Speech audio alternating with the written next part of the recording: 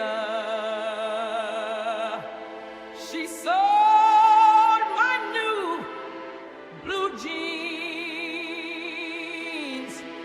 My father was a gambling man on down in New Orleans. Now the only thing a gambler needs is a suitcase and a trunk.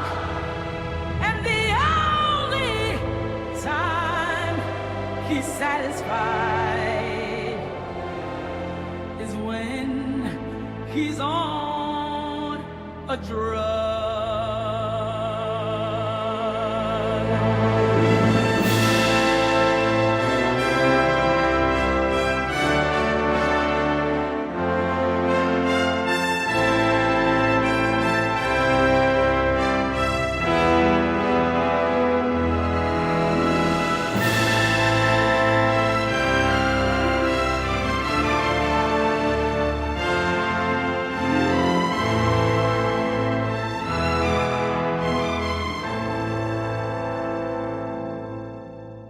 Oh, mothers, tell your children not to do what I have done. Spend your lives in sin and misery in the house of the rising sun.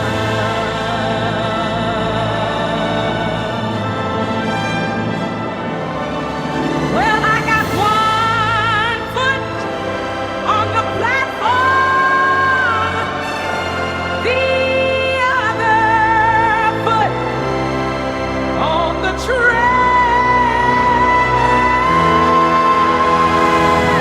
Going back to New Orleans to wear that ball and chain.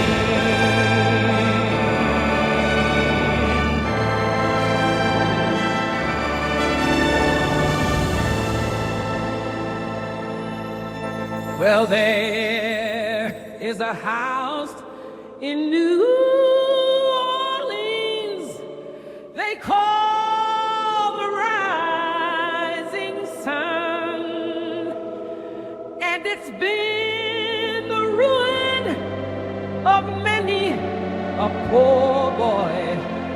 And God, I know I'm one.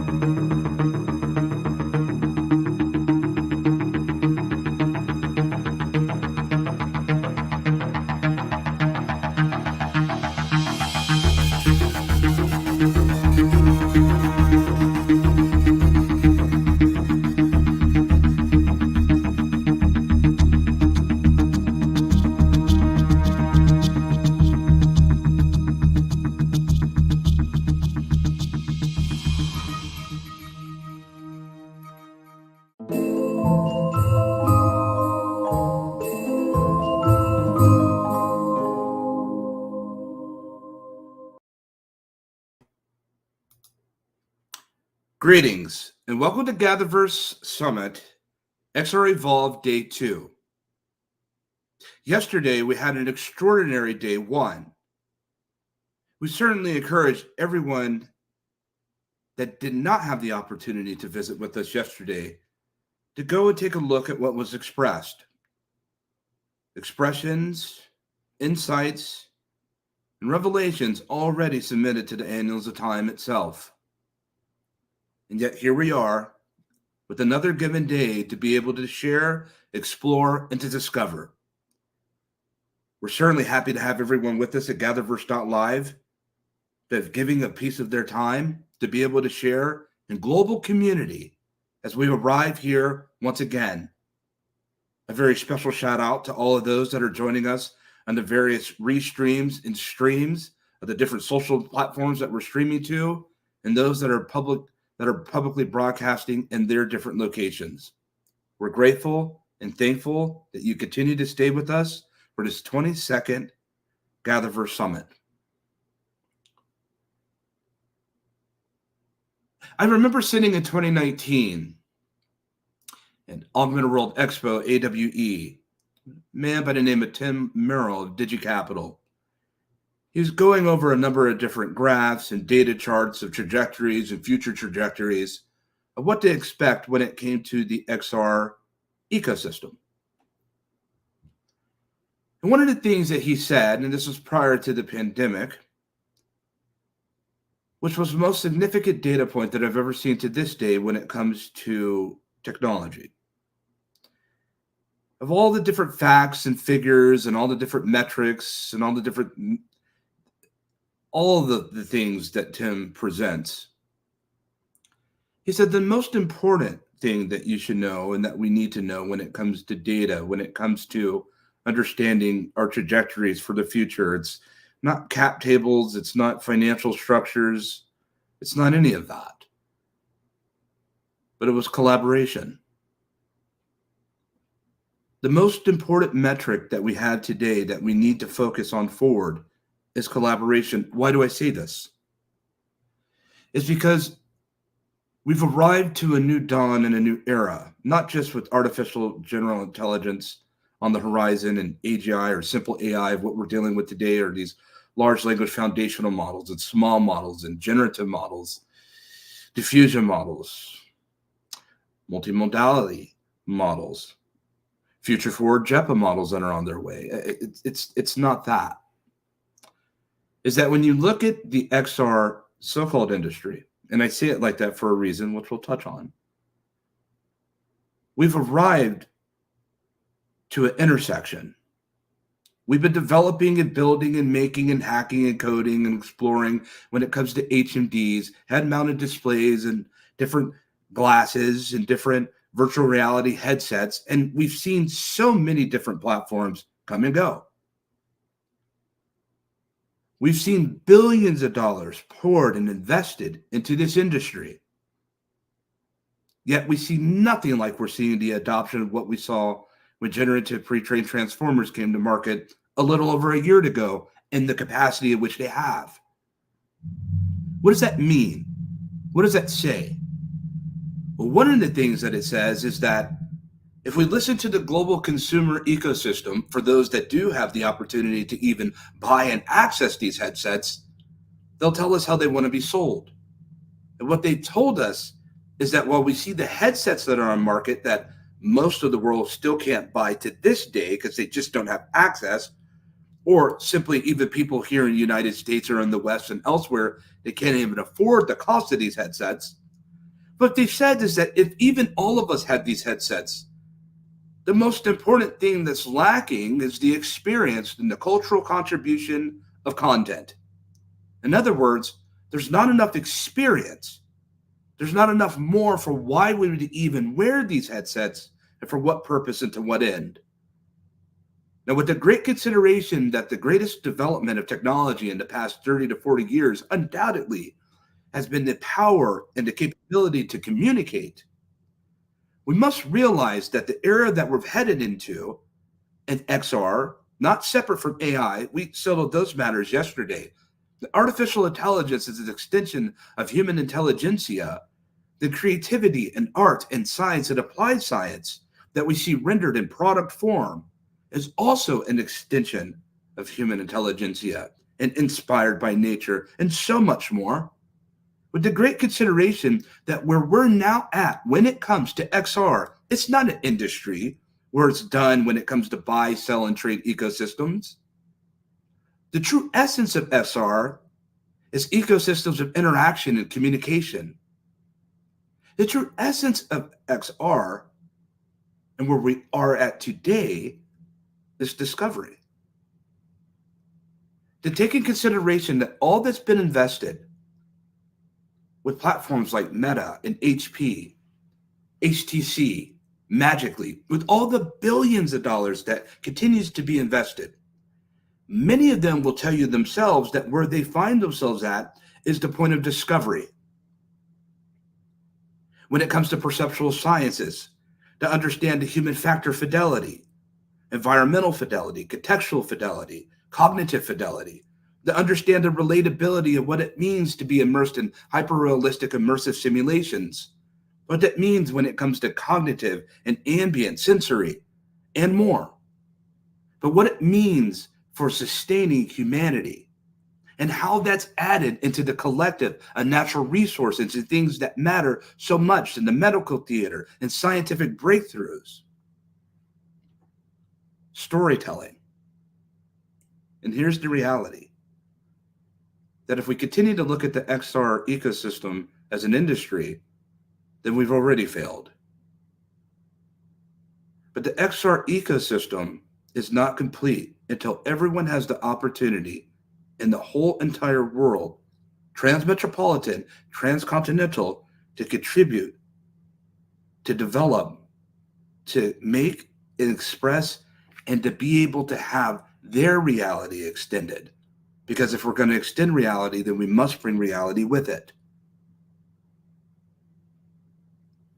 Why is this so important?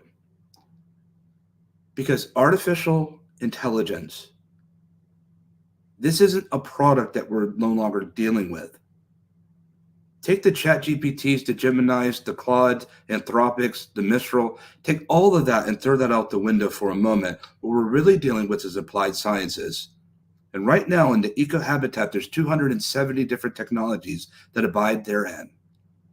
And we must consider how these technologies and applied sciences will relate to one another if we've never come this close to understanding physics. And with quantum on the horizon, to upscale and to hyper-accelerate what's being developed, when it comes to the interface and the experience of not just typing and getting text back from AI, but interacting with it, and it intercessing with us, those that are in this industry must know that now is the time that we move past our pioneers and legacies and we get all hands involved. Accessibility, education, community development, equality, safety, privacy, wellness, ethics, to fuel and fund the startups and the founders out there that are working to this day with brilliant innovations that can't even afford to market or fulfill building their products. We must now start to create platforms and methods that allow them to receive the funding that they need when it comes to building and innovating and discovering. Else, this industry or ecosystem will never live up to its full potential. We have a host of different speakers with us today. I hope I'm not alone in these sentiments. If I am, then so be it. I'll stand alone. Me and the unicorn will stand alone on this. But what I do know is that we must move past this idea that products and the media will dictate the growth of this industry, of this ecosystem. It's not that media and products dictate the trajectory and the direction of where we're going. It's the people at the middle of all of this, at the center of the metaverse, that will continue to guide and scale this industry, this ecosystem. Because without the people, without community, we have none of this, and we have nothing to innovate for. May our gather be well.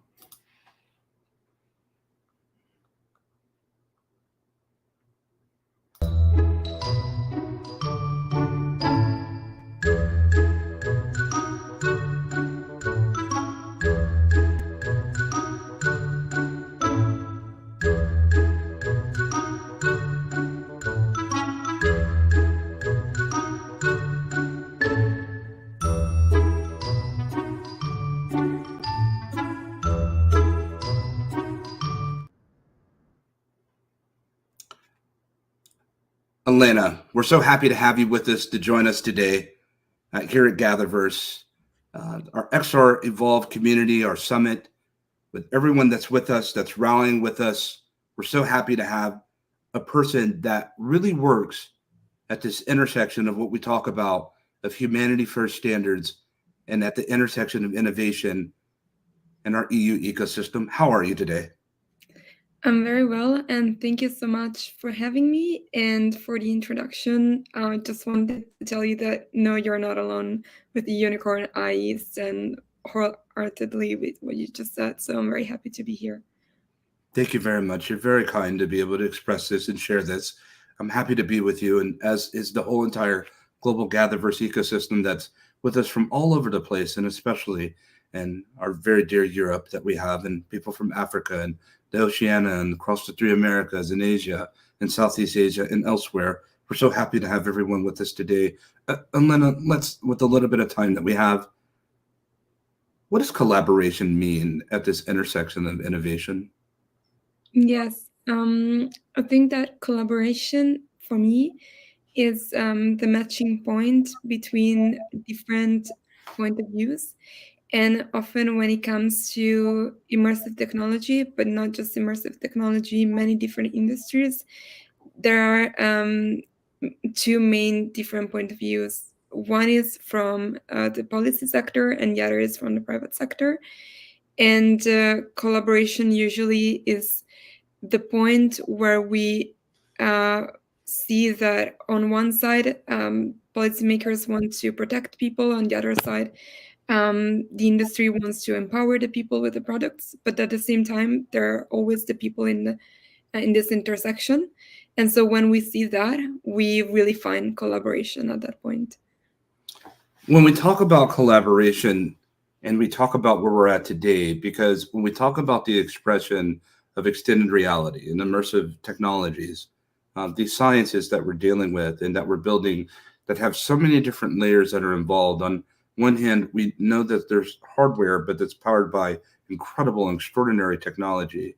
And when we talk about what it's broadcasting, what it's showing, what it's expressing of storytelling, that's a narrative, that's a layer. When it comes to the art, the design, the schematic, the experience itself, those are all different layers. And when we have so much culture, cross-cultural development and access in the whole entire world, what does this mean? And what are we looking to be able to stand in terms of the benefit when we collaborate and build together? I think that depending from which side you look at, whether you're an entrepreneur or policymaker, you have a different benefit. And sometimes maybe the issue is that we don't really see these benefits.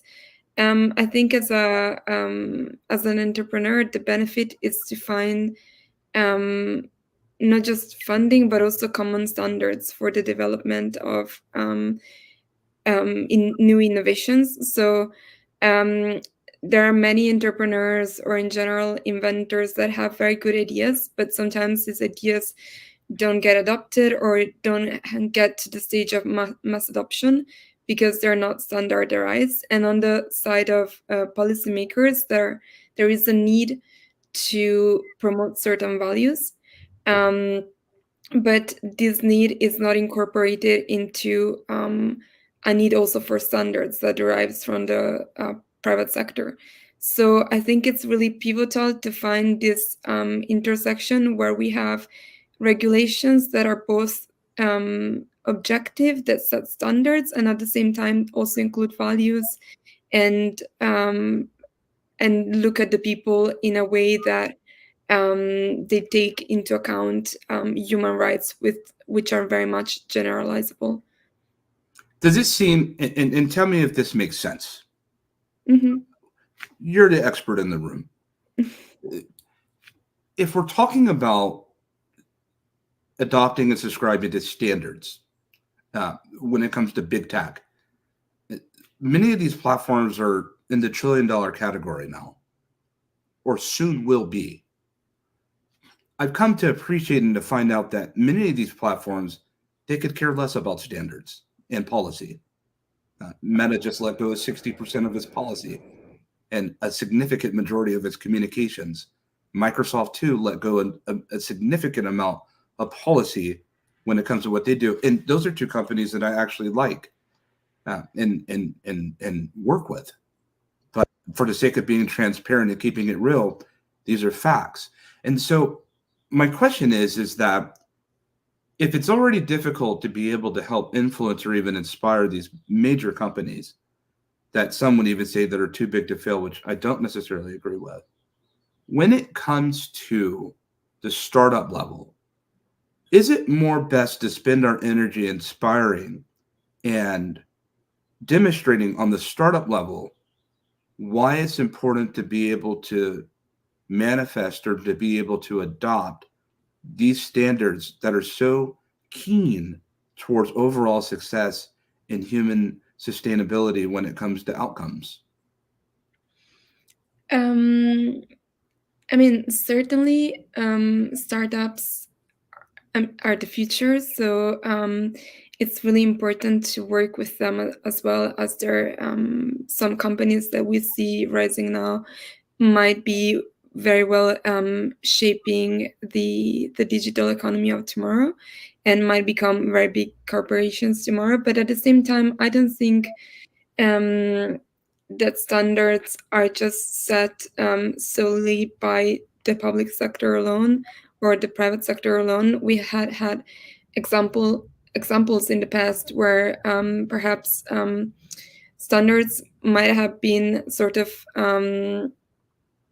in a gray area, and so big corporations were actually making up for that. And so I think because they're so big that they can really set a very important example, and in many ways they have they're taking on this responsibility. But at the same time, I think that because of these two different perspectives, many times from a big tech point of view, standards that thing starts from standards that setting starts with finding what can help technology adoption first, and second it goes to the values, while for policymaker it starts with values first. And so I think something that I've found very interesting to understand also for myself is the difference between standardization and regulation. So we have standardization, then we put values on that standardization, and we get to regulation. And I think this is really the sort of like the plot twist, because sometimes values they do vary around the world in different regions of the world, and they might not be shared even between Europe and the US. And this is why perhaps regulations in Europe could be less accessible to foreign companies, because they incorporate values that are more European-like. But this does not mean that American companies can actually access these values if they want to, and they can play a pivotal role in setting objective standards. What the institutions can do is then add on the standards and include the values that are more close to the society where the institutions are active in. So of course in Europe we have our own institutions, and in other places of the world value differ, but I think it's very important in general to always keep in mind that every person has inherent human rights. So for how much we can have, for example, regulation more focused on privacy perhaps in Europe, and while in the US there can be more of a risk-taking focus, which is actually very, very I think interesting to look at, and very also positive for the economy. In general, the line that shouldn't be crossed is this human rights idea when we look forward to develop new innovations and technologies. Extraordinary. And with the final question that we have for you before we call up our incredible roundtable to join us, I have a concern, Elena, that with all that we've seen when it comes to XR and the metaverse, one, I believe we haven't seen anything yet. In fact, I know we haven't. One. Two, I believe and I know that at this very moment, while we're all gathering here globally now, there are people that are innovating incredible and extraordinary innovations at this intersection of immersive technologies and artificial intelligence, immersive intelligence, if you will.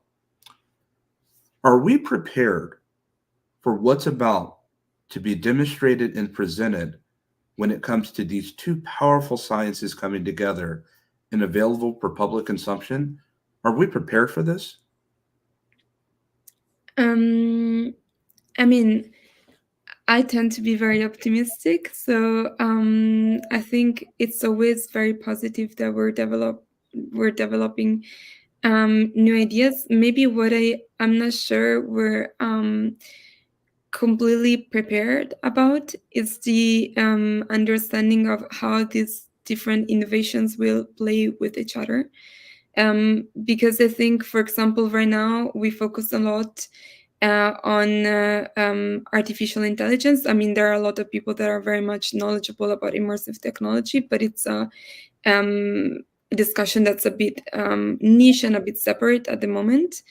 While I think that artificial intelligence with 5G, with blockchain, with XR, they will all be on the metaverse, and especially XR and AI are like the software and the hardware that will help building the metaverse. And I am a bit maybe let's say I'm a bit worried that we're losing a general view on how these technologies will play, and we're focusing too much on the single innovation, and instead of looking at the unicum, let's say.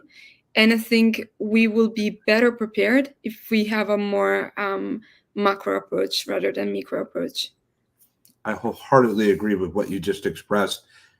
As quick as it came is as quick as it leaves, the time that we're afforded to be able to spend together. Elena, GatherVerse, please follow and support what she's doing and the work that she's working with, the people that she's working with. This is extremely important. It's not a product, but it's compassion. Thank you for your time. Our gather certainly was well. Thank you so much. Have a good day. Thanks. Indeed. And up next, after having this incredible conversation, we're bringing a powerhouse of a roundtable discussion. We have a lot to explore, and it's going to be guided by GatherVerse Russell Bundy. Thank you for still staying with us and joining with us. Let's chop wood. May our gather be well.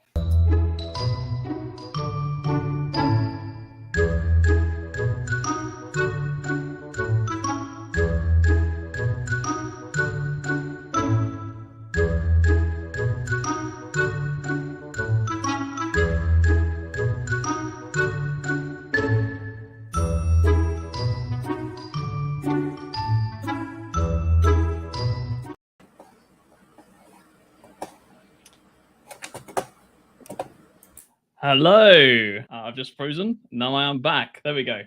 Welcome to GatherVerse XREvolve Summit 2024. And I have an amazing panel with us today. And I'm very excited about this panel that we have and the interesting roundtable discussion that we're going to be having, which is the collaborative power of immersive technologies and human creativity for all I can't even get my words out. All humankind. And what we'll do to start the roundtable off is we'll do a 30-second introduction around each person, and then we'll get straight into the questions because there's so much to discuss. So we'll start with Liliana. I think that's how you say your name. So 30-second introduction, and yeah, over to you. Hi, I'm Iuliana. Actually, I'm from Romania. I'm in the XR environment since 3 years ago when I discovered it in a creative way for personal usage. And then I started Smart Synergy as a startup in Romania, with which I'm promoting virtual reality experiences for corporate well-being and corporate trainings. And there we can be very, very creative on designing the experience that we deliver for our clients. So this panel, it's actually one of my favorites. Thank you for joining us, Ilyana. And over to you, Razak. Welcome.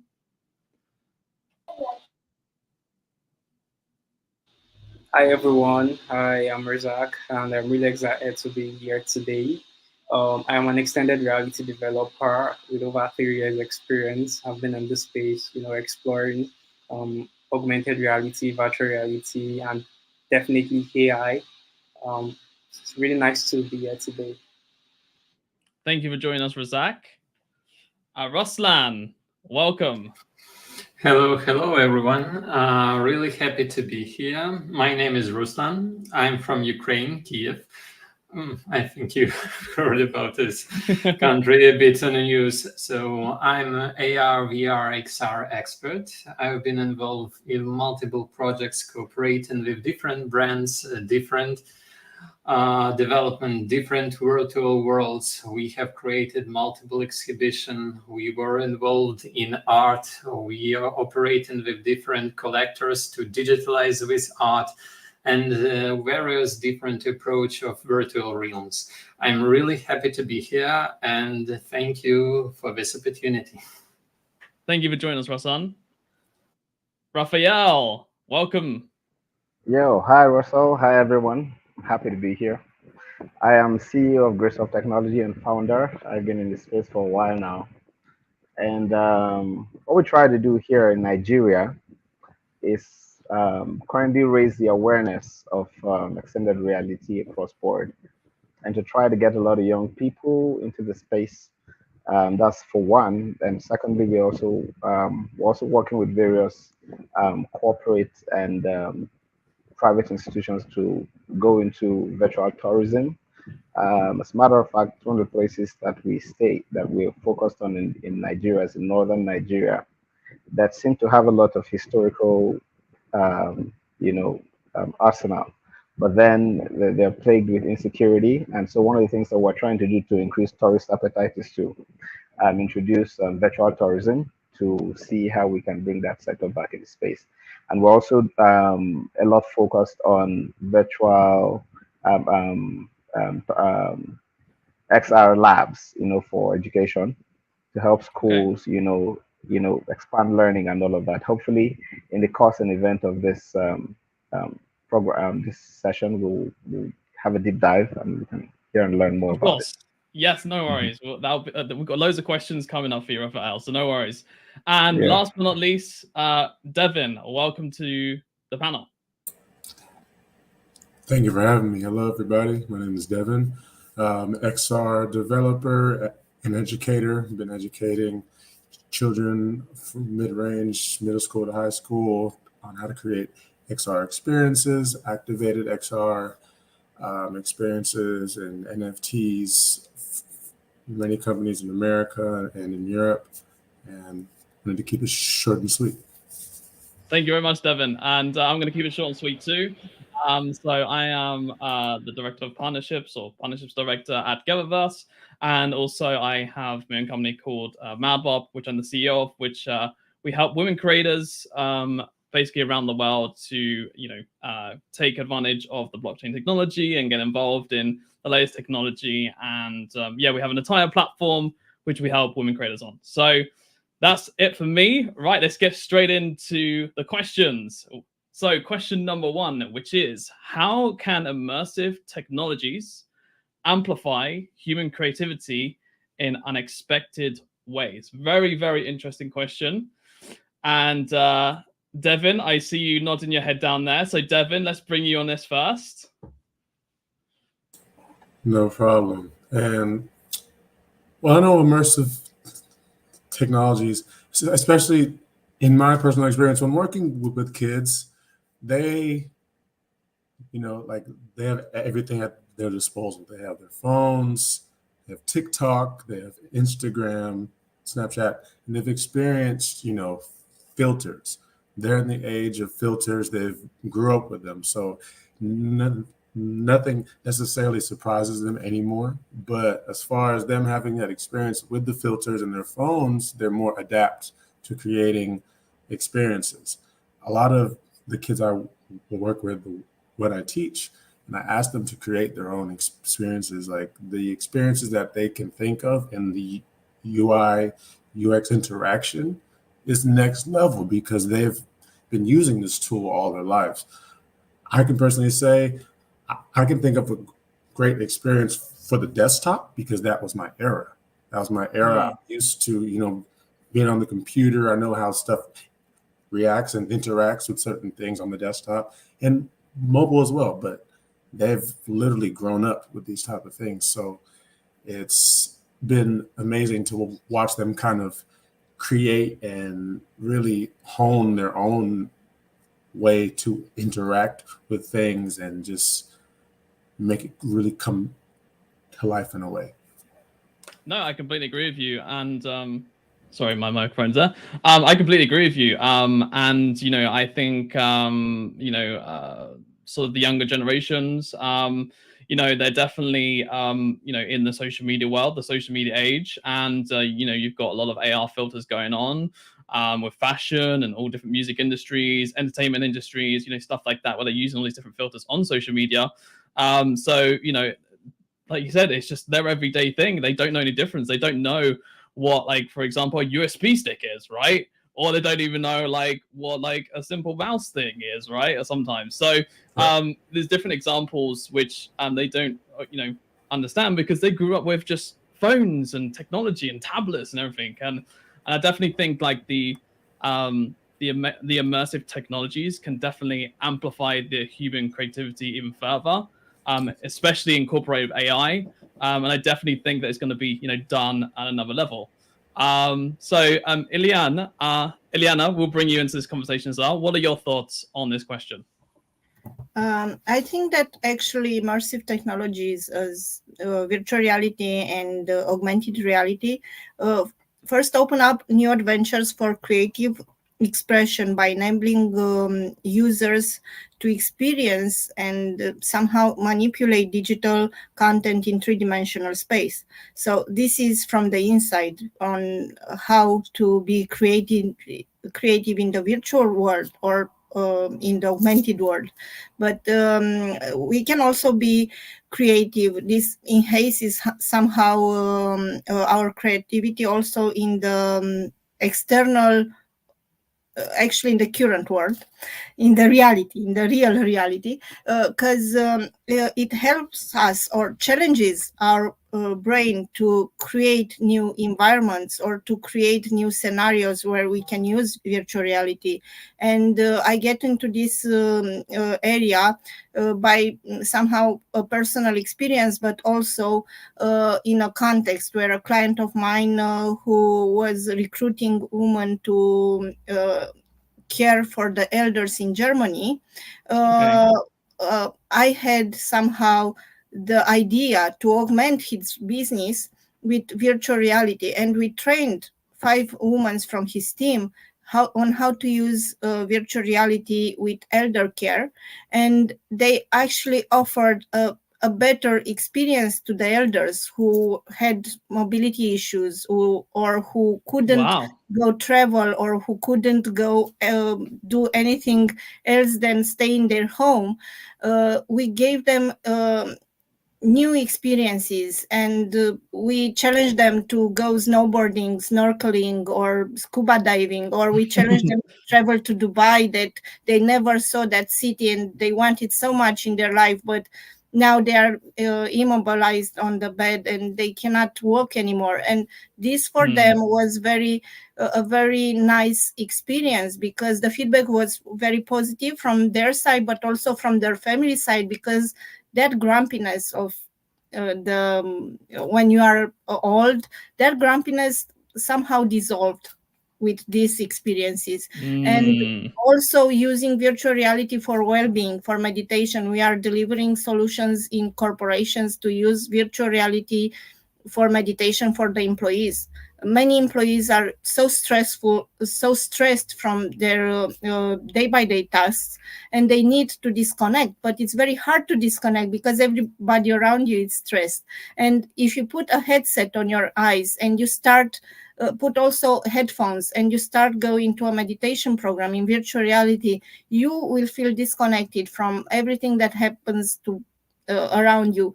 And this scenario, just thinking, creating this idea of using virtual reality for well-being, for giving people nice experiences, for help them feel better with themselves or with their life, this also brings somehow motivation inside us as human beings, and this keeps somehow our humanity active, but in the same time challenges our creativity, and somehow we develop our creativity with these experiences.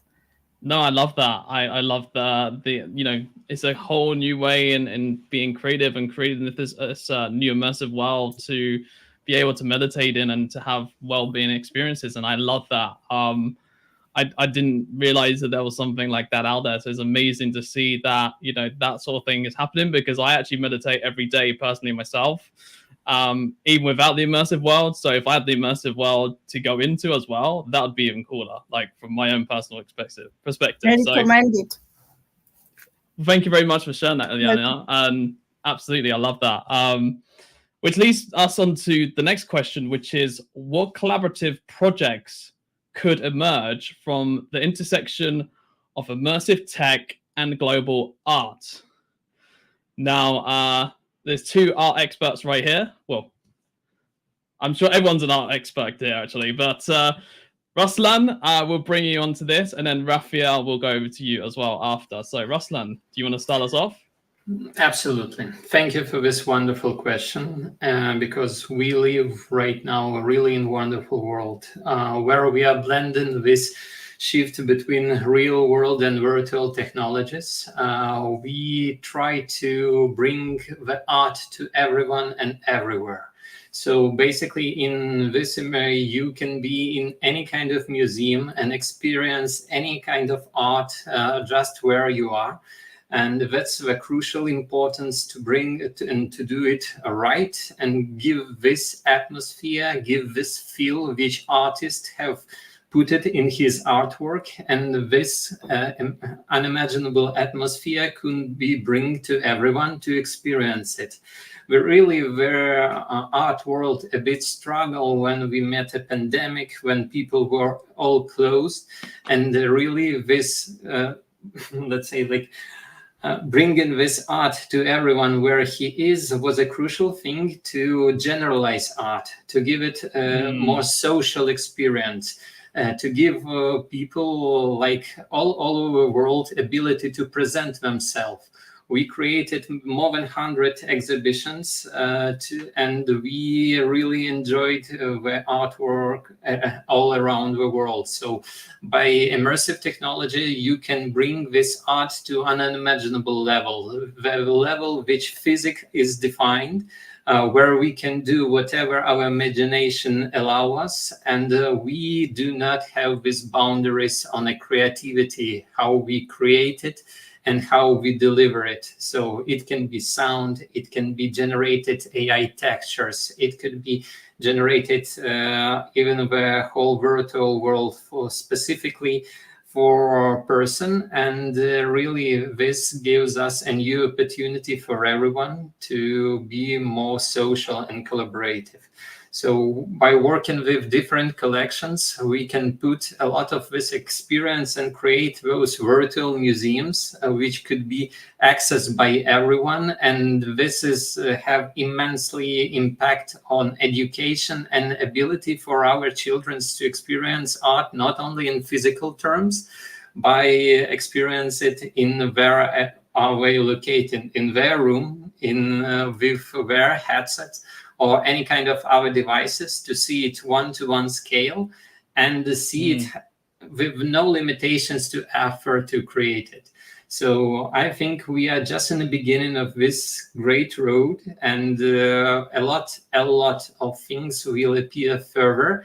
because right now artists are highly affected by this AI thing, AI generative bots, by AI generative systems, and truly the art is booming, and it give it a new push. It doesn't make sense that AI will fully, let's say, like change the art in terms of we will see only artificial. I think it is an amazing thing to inspire and really to create something which is on your vision. So further future is amazing in terms of our art experience and art knowledge. And we are definitely in the right direction. Thank you, Russell. Absolutely. And let's talk about other arts as well. Like, for example, music or entertainment or comedy. Like, these are all different sort of art intersections, which are also like a part of this category as well. And, I believe as well, especially on sort of the music and entertainment side of things, that, there's going to be sort of new venues being popped up, like, for example, imagine having the O2 Arena inside of the metaverse, right? And being able to go there into the O2 Arena and still get the atmosphere and still watch that person performing, right? Absolutely. That's a huge thing which will augment and complement all forms of art. If you can just create a picture, AI can help you to create music. AI can help you to inspire you about atmosphere on it. So really huge things ahead. Yeah, the projects are endless, and I think there's just going to be so many new events and so many sort of event opportunities, new venues being made, new events to go to. Like, there's just going to be so many sort of projects or collaborative projects that emerge from all this. It's going to be amazing. And Raphael, I can see you, getting your fingers ready to join us. So Raphael, come on, join the conversation. What would you like to add? Yeah, thank you, Russell. I think he pretty much said quite a lot of things. So, like I was saying in the beginning, I live in northern Nigeria where there's a lot of strong cultural heritage, right? Mhm. And there's a lot of historical, context to that. And so this had actually been a place or that really attracted a lot of tourism. I'm talking of on a global scale. There's a lot. As a matter of fact, in recent times, tourism used to be one of the strongest contributors to the country's GDP from northern Nigeria, precisely because of the historical, things that they had. If you know the legend of Queen Amina, the woman, the woman warrior, we have that. You can Google that. It's really a thing, in this place. And of course, she is from Kaduna, northern Nigeria, where I am. But you see, in recent years, we've been plagued by insecurity. Okay, and so all of that really drew that economy down. And so we don't see a lot of tourists, stuff and all that. And so there's not so much thought, going into tourism from this state, from this region, so to speak. And so what we've done, I'm talking since last year, is to start to have conversations around the things we can do. Of course, the situation is improved. The security situation is improved. The government has, come up to speed, and things are drastically improving. Of course, we're getting investors coming in and having conversations. But then the initial fear that contributed to the loss of the tourist attractions and all of that still lingers. So people are saying, "What ifs?" There's still the what ifs there around, and so there's need to do something to help us bring back, the tourist appetite. And so what we're doing to that is to introduce what we call on the general scale, tourism technology. But of course, as we sit down to talk about it, it is actually virtual reality in tourism. So what we're doing is to go to these tourism sites and do a fine capturing of it, put that whole thing into a wonderful spatial experience, and then have people experience it from all over the world. And that is changing the game as I speak. As a matter of fact. Sorry just to jump in, but on terms of the sort of the art side of this, like the global art, for Northern Nigeria, like, do you think that it'll bring people to like be able to see like the artistic side of Northern Nigeria and bring that sort of immersive side for there? Absolutely, and that's the plan.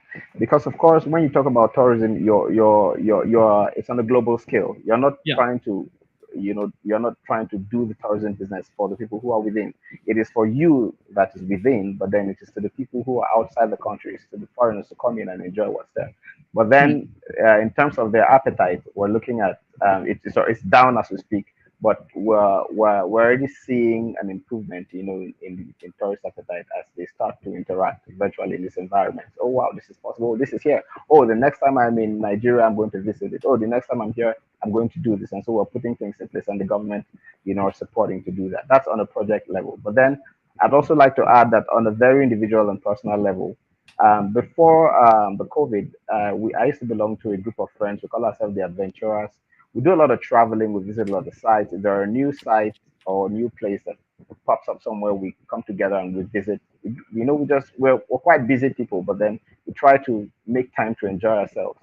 But something happened, and people began to travel. Of course, people got married and left town. People got work and relocated, and stuff and all of that. And so we didn't have the opportunity to really travel like we would normally do, right? Right. But and thank God for virtual reality. What we do now Absolutely. is that so sorry what just we to jump in, well, but I know yes. sorry to just jump in, but like I said, I definitely think that the VR is going to help the tourism industry, absolutely, and I think it's going to help a multitude of different industries. And I'm also aware of time at the moment because I know we've got a lot of questions to get through. But That's Raphael, thank you so much for sharing that with us.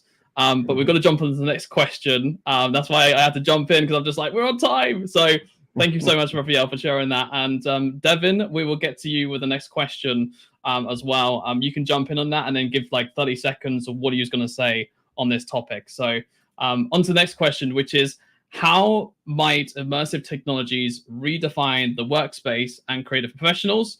We'll jump in with you, Devin. Then we'll go to you, Rasak, and then we'll go from there. So Devin, quickly 30 seconds on the last bit, and then jump onto this one. No problem. I just wanted to say I have a brother here in Oakland, California, who actually created an app called Black Terminus AR, where he literally encapsulates street art, and he works with the artists locally, globally, around the world. He's been to Tanzania, he's been to all sorts of countries, and he activates murals, street art, all through the application that he's created, and it's brought a lot of people together, and it's connected artists with an immersive tool that they can showcase their art and bring people together. That's so cool. Been a beautiful thing. So I just wanted to speak on that. Thanks for sharing that, Devin. And this question. And how might immersive technology redefine the workplace for creative? Well, I know personally, I have a friend who he doesn't use his computer anymore.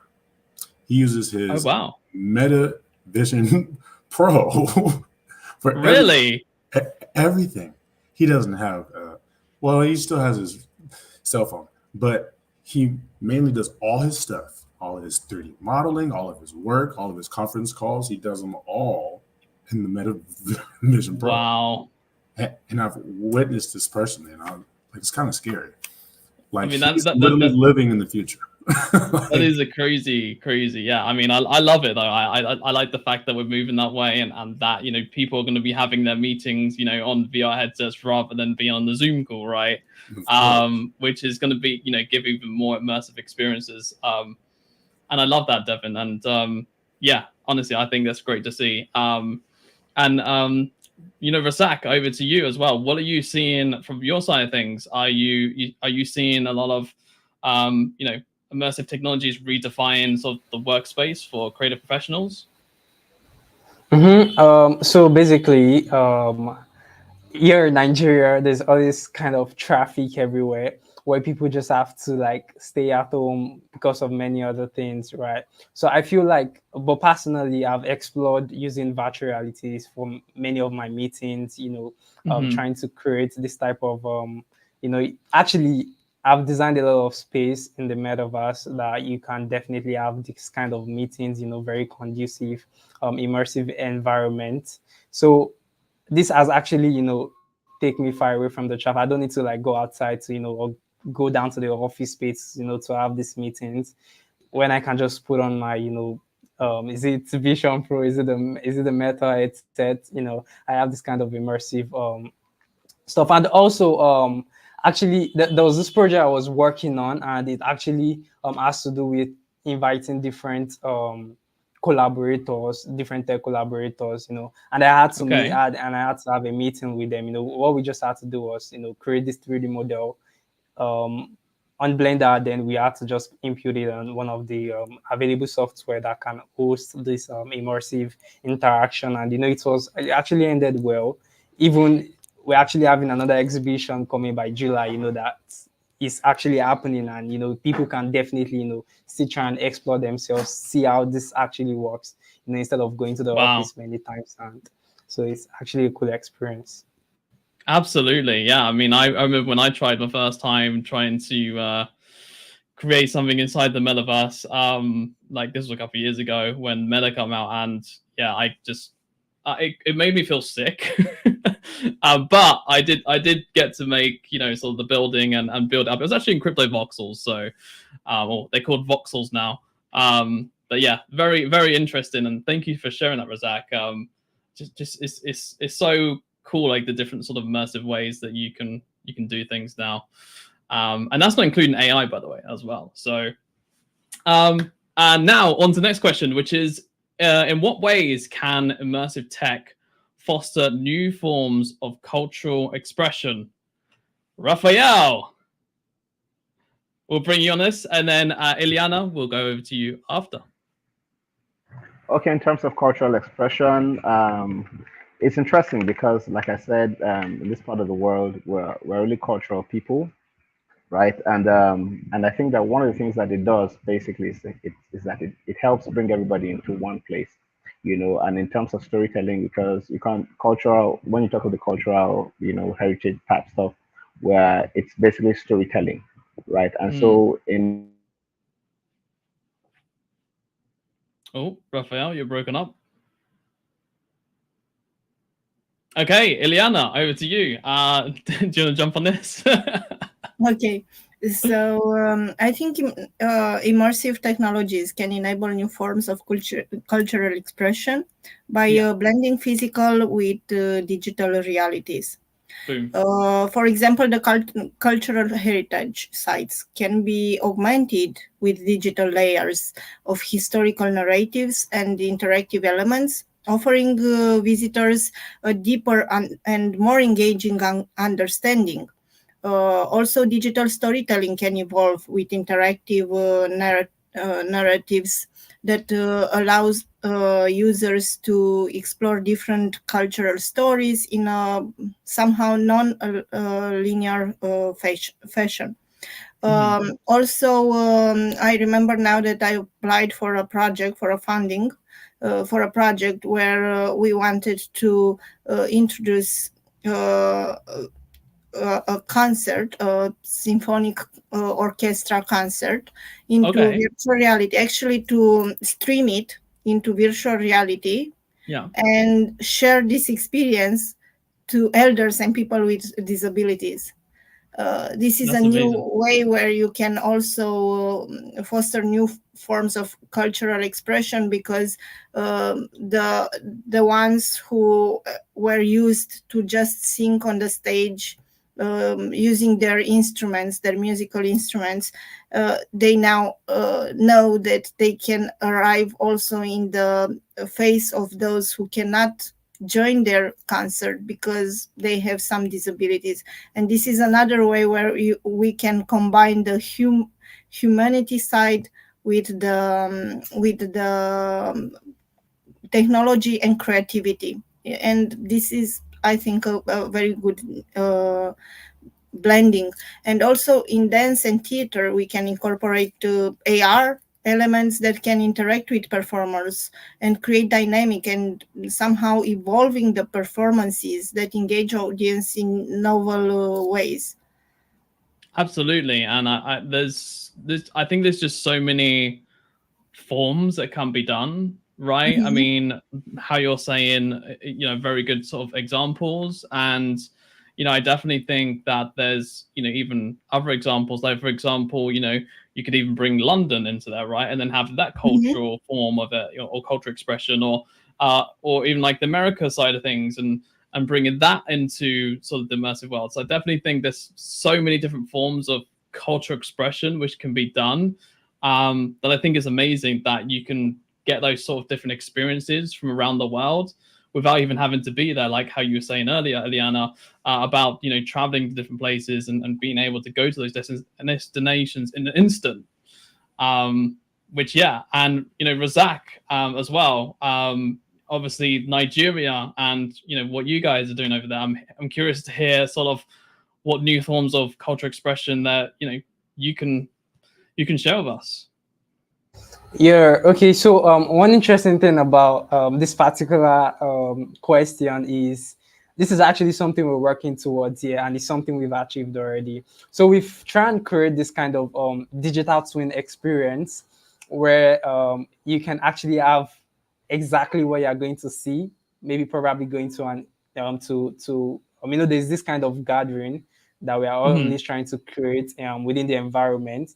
So instead of people traveling down there, or instead of people going down there, we can just create exactly like what we are seeing in the real world, then put it in on the metaverse. So it's actually something really interesting that gives this type of immersive interaction, that gives you this kind of immersive view that I'm actually going to see something I'm meant to see physically also in the virtual world. So it's actually something that is really, really cool. And it's actually something we're doing here. And, can't really wait to share with everyone when it's finally out.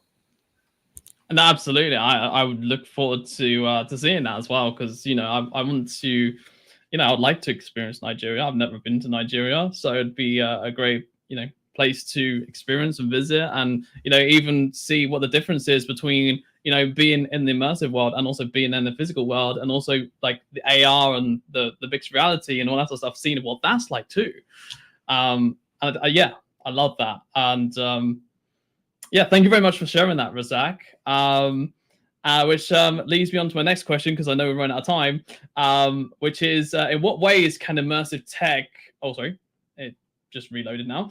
How can immersive environments be used to solve complex creative challenges? Rosanne, you are nodding your head on this one. You're excited about this one. I'm really excited about this one. This one, firstly, it's a very crucial question, because for each artist, this creates a sandbox. Sandbox where it can manipulate their art, where it can in real time test it, do many variances, which really cannot be possibly done in real world. So all we are right now with you, all creators are responsible here for additionally creating this digital heritage, which creates right now. We are creating this art which will influence further all generations, and specifically the ways how we find to preserve it and save it. It's the most crucial way and mission which lay on us. And right now, in those sandboxes, designers, architects, artisans can work all together and bring this specific idea and this specific art, which we see exactly, which is not even possible in real world. So we are really on this glance, and we are really into it. So I hope it helped you with this question. Amazing, thank you. That there is just so many components to this, and there is so many challenges, and honestly, I think that really sort of helps and resonates, with us, Rosanne. So thank you for sharing that. And Raphael, we can bring you back in now because you're here. So Raphael, do you want to share your opinion on this as well? Thank you, and sorry about the network here. Very quickly, I'll just say that simulation and experimentation, right? So the VR or spatial computing provides a really interesting space for cost-effective simulation and experimentation, right? And so if you're in the virtual world, you're not exactly using any physical object that can be damaged or can be lost or that you have to throw away or change your stuff. You can just rework and iterate until you get your stuff right. So I think that's one of the ways that it helps. And also, just to put it into perspective, there's a movie makeup I just watched, and usually for people to act in some of this animated environment, they'd have to be in a green screen to do that and all of that. But now actors are able to put on a VR headset and actually be in the environment that would have, they'd Yes, have been in, that is true. and then and so they can now what it is, not on imaginative walls or imaginative objects and stuff. They can see what they're interacting with. If it was a dragon, they can see the dragon there. If it was a wall, they can see the wall there and do all of that. So I think that that's really solving, all of that problem in the creative space as used to be before.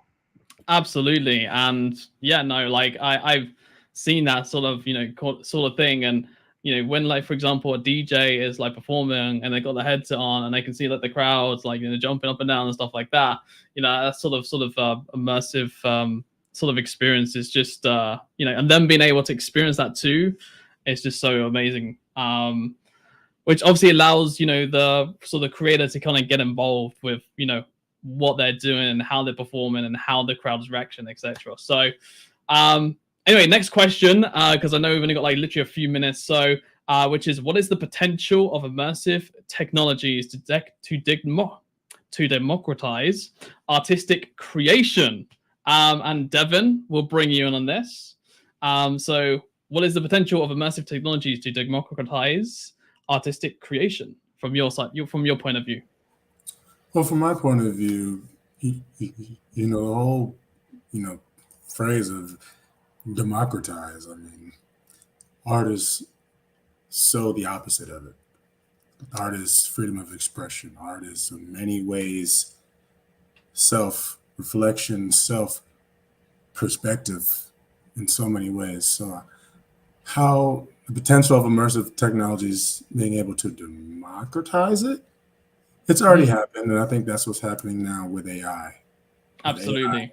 It's definitely taking the art out of the artist's hands. But I've also seen many artists say, you know what, I'm not going to be one to not utilize this tool. And I've seen artists create AI art and then amplify it. I've seen it put in so many different ways. So me personally, I can't necessarily say, oh, it's killing our artists, because there are lots of artists who are saying, I'm not going to be left behind. I'm just going to utilize what this technology can do. But for the artists who are still on the fence or not exactly with what AI is doing, I understand. Still hone your art, still do what you need to do. That makes you a better artist because you understand the fundamentals, you understand what it takes. But I would encourage you to see past that the veil of, I won't go past it. I encourage you to try it. Experiment with your art. Use AI and see what you can come up with, because I've seen amazing collaborations between artists and AI, and I'm seeing what it can do. So with that, well said, Devin, and I completely agree with that so much. One of the things I am seeing is that everyone is going to be able to create art, or everyone is going to be able to create music, and everyone's going to be able to create new immersive videos and be like a video creator, right? Everyone's basically going to be a creator, right? In some sort of aspect, whether it's music, art, video, whatever it may be, creating buildings, fashion designing, whatever it may be, everyone's going to be a creator in some sort of way. And that's thanks to AI, right? The combination of the human and the AI. And I guess that's the way it's going to be democratized, so to speak, is that everyone can be it rather than just like the few kind of thing. But I definitely think like on the artistic side and the creative side, for sure, like, the artists and the creators still have that sort of mindset on how to create it and what to do and what commands to put in and how to make it very sort of expressive. So I don't think it will replace them that way or democratize that way, so to speak. But in terms of everyone can be a creator, that's the democratizing bit, which I absolutely think is the key point to that. So, Razak, let's bring you onto this as well, because you're a creator yourself, you're an artist yourself. So, Razak, do you want to share your point of view on this?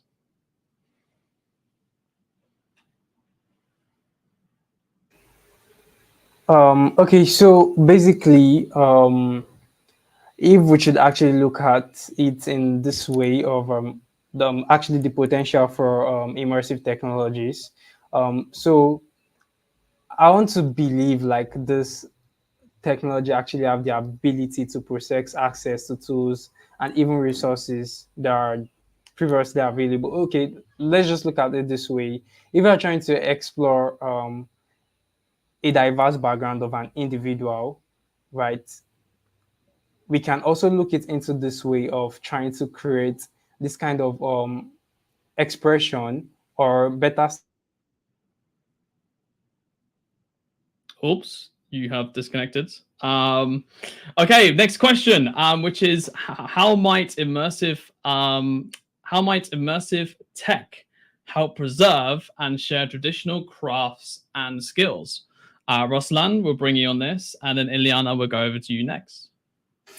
Thank you for this question. That's really important question, which I speak earlier. This may connect our digital heritage to this, because we have various cultures all over the world.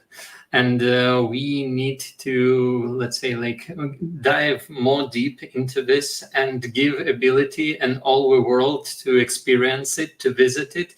And I was fascinated by this story of a warrior woman, which I would definitely explore much more after this panel.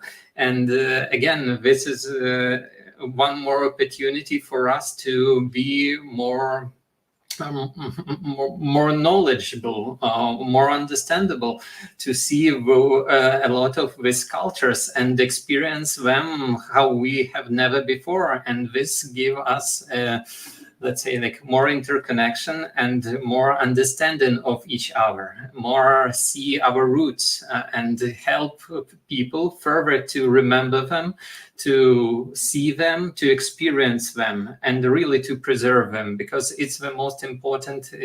I think it's one of the most important of a mission, because I want my children to see all these beauties of the world and to understand their nature, their storytelling, and their artists which bring them to us. Really, thank you for this question, Russell. Thank you, Ruslan. And thank you for everybody for joining the panel. I'm afraid we're going to have to wrap this up because we've run out of time. However, please do follow everybody on the panel here on LinkedIn, and, you know, continue discussions over there. Obviously, if you have any questions, you know, go ahead and ask them. Do connect, do, you know, cross connect with each other and have interesting discussions. And that is it from me and this amazing panel. Thank you, everyone, for joining us. And Christopher, I'm going to hand it over to you. I'll see you very soon. Goodbye.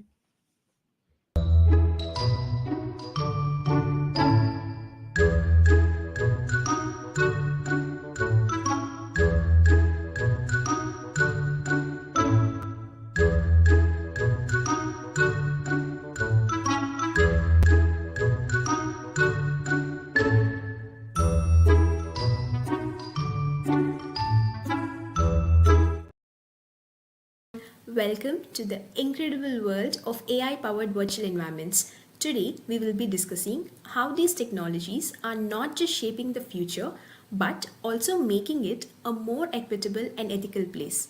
Let's explore how. First things first, let's break down what we mean by AI-powered virtual environments.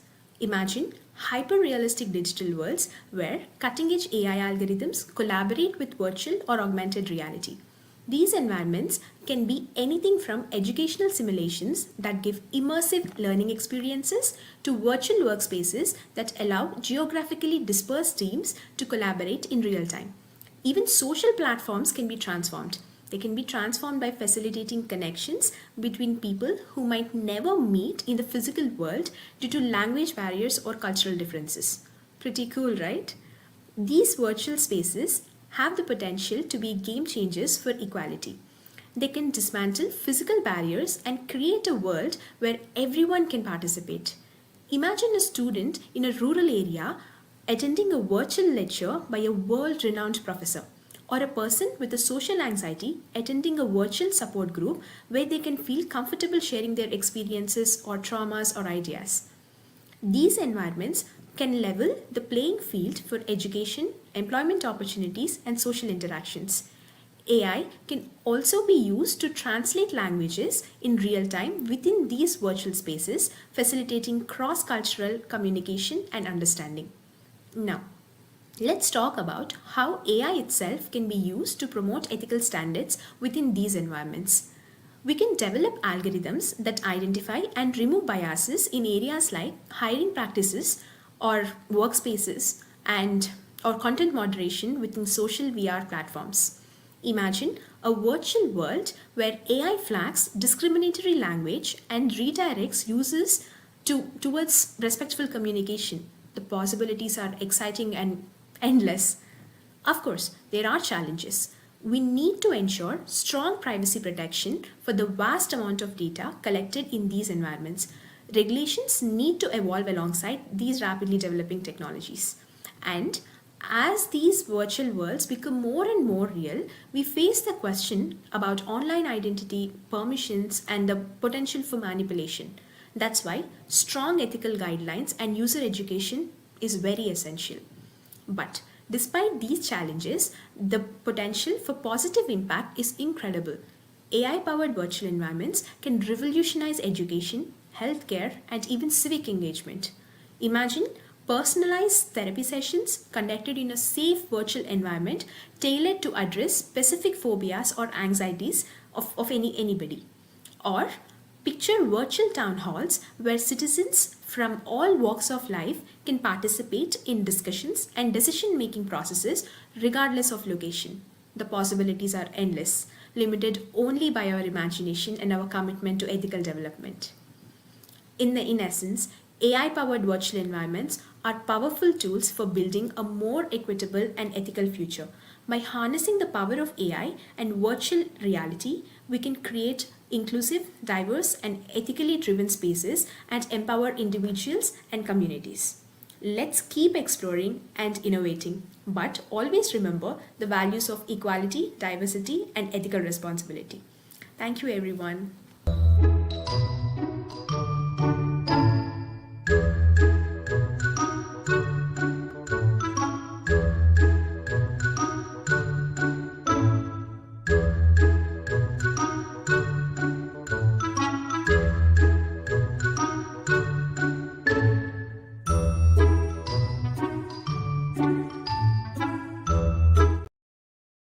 Everyone, my name is Maya. I am Lebanese, based in Madrid, and I'm the founder and CEO of Not Keeping It Real. Today, I want us to imagine a world where walls dissolve, gravity doesn't exist, and lying on clouds is as easy as putting on a pair of headsets. This isn't science fiction, and this isn't a Harry Potter movie. This is what XR can do. As a child, I devoured Disney movies and science fiction. So much so that it led me to interior architecture, where I aimed to design spaces that felt like you're stepping into inside of a story. But I always felt like this isn't what I wanted to be doing for the rest of my life. And then I discovered XR, the definition of truly being in a whole new world. Suddenly, I wasn't limited by the laws of physics, and gravity became merely a suggestion. Entire worlds, limited only by our imaginations, are accessible by a click of a button. This is the power of XR. It's the ability to architect not just buildings, but immersive experiences for all of us. Here at Not Keeping It Real, that's exactly what we do. We aim to connect technology with narratives to build immersive experiences in mixed reality, virtual reality, and Web3. Our aim isn't just to build, it's to immerse and to reflect ourselves into these spaces. We want to trigger feelings and forge connections and teleport users to spaces and worlds that satisfy their daily needs. Imagine a student of history being teleported into a virtual ancient Rome, or a surgeon, for example, practicing a complex procedure inside an operating room. Imagine shoppers trying on virtual furniture inside their actual living room before buying them. Extended realities have the power to reshape the way we live, learn, and connect. The key lies in pushing the boundaries to build brighter futures for all of us. These experiences become not just possibilities, but realities. And it's not the future, it's the present, and it's happening right now. Sometimes I remind myself of a saying by one of my favorite architects, Su Fujimoto, and I thought of sharing it with you guys today. The future is a spreading matrix rather than a straight line. What I am making now can be seen as seeds for the future, although those seeds are created by the past seeds of past histories. So it is a continuity of creations, ideas, and inspiration.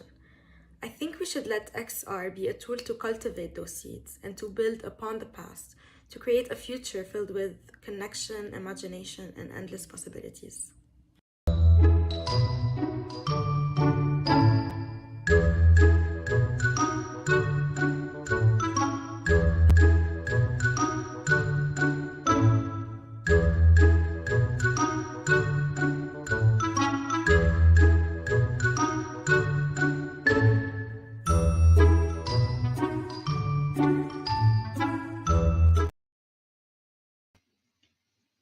Hey there, this is my talk titled Please Don't Stand By.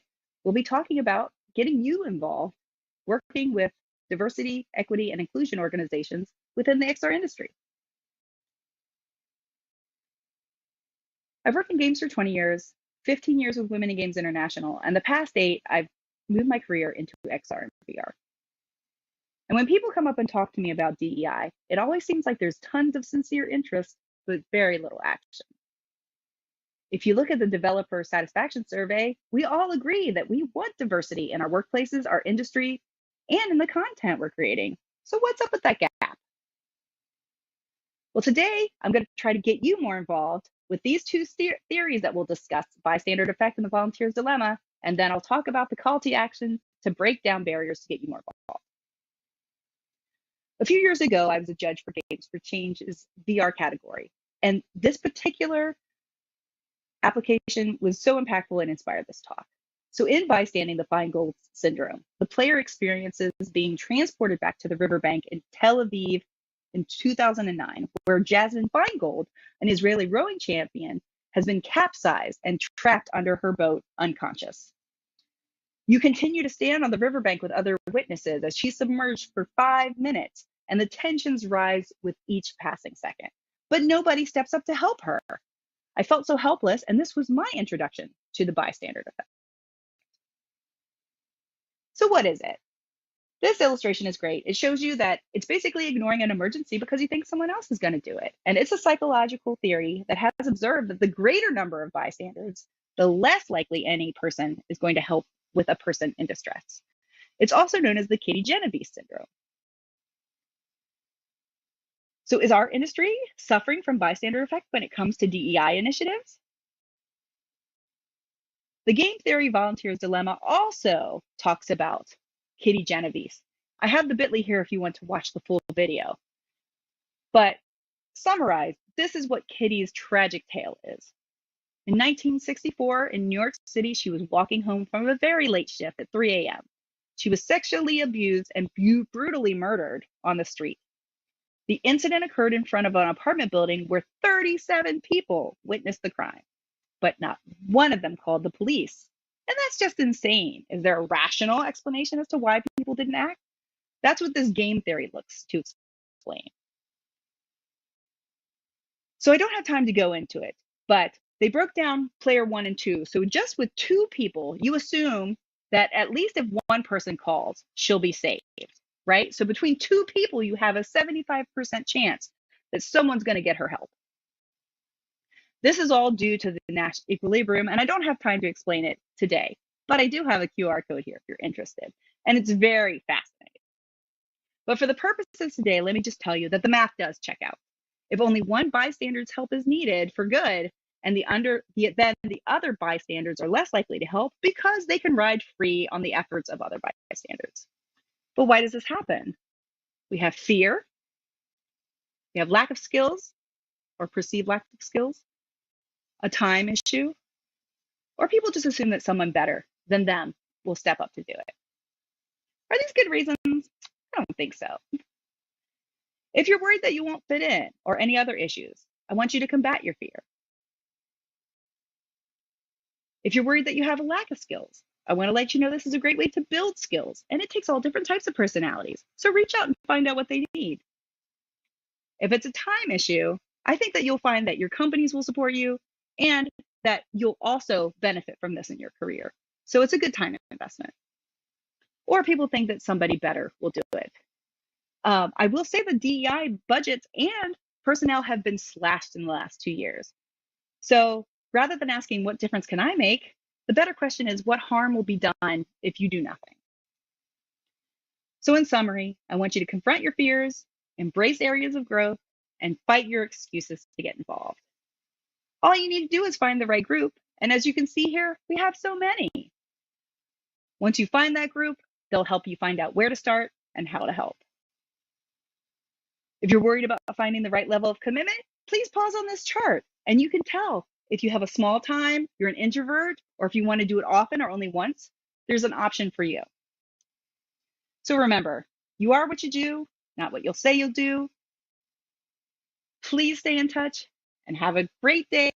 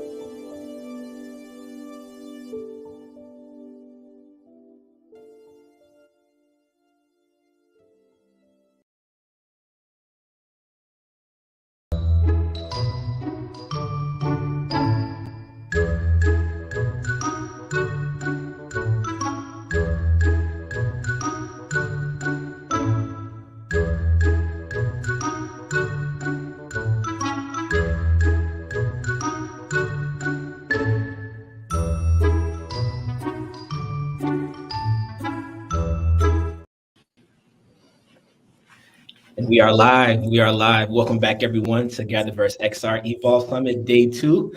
I am excited for this panel talking about the future of community in the immersive age of AI.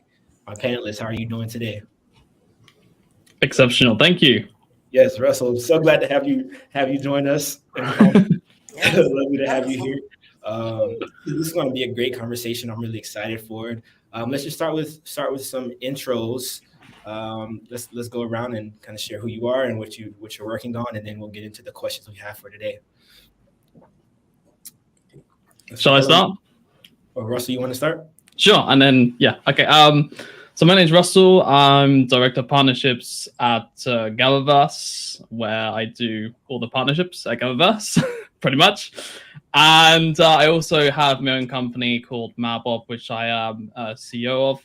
And it's basically focused on helping women creators across the world, basically, and allowing them to use immersive technology to be able to, monetize their work and, be able to, go into metaverses and stuff like that. So basically, we have an entire platform and ecosystem which we do to help women creators across the world. So that is me. Over to you, Kristen. Amazing. Next, Attila, would you like to go? Sure. My name is Attila. Actually, I'm doing not only, of course, I get this XR business, but also I'm doing PhD in AI and Metaverse at University of Warsaw. I'm a PhD researcher as well, and also I'm a founder of GatherVerse. Basically, we are focusing on learning and learning experience and learning methodologies in immersive environments, and which actually leads us to virtual worlds that we are creating some virtual experience and training and growth hub actually in immersive spaces. So in GatherVerse, especially in GatherVerse, we are focusing on XR-based training, learning part, as well as these virtual worlds that we can just, let's say, improve, or maybe let's not say improve, but let's change the learning experiences of individuals. Awesome. Thank you for that. Next up.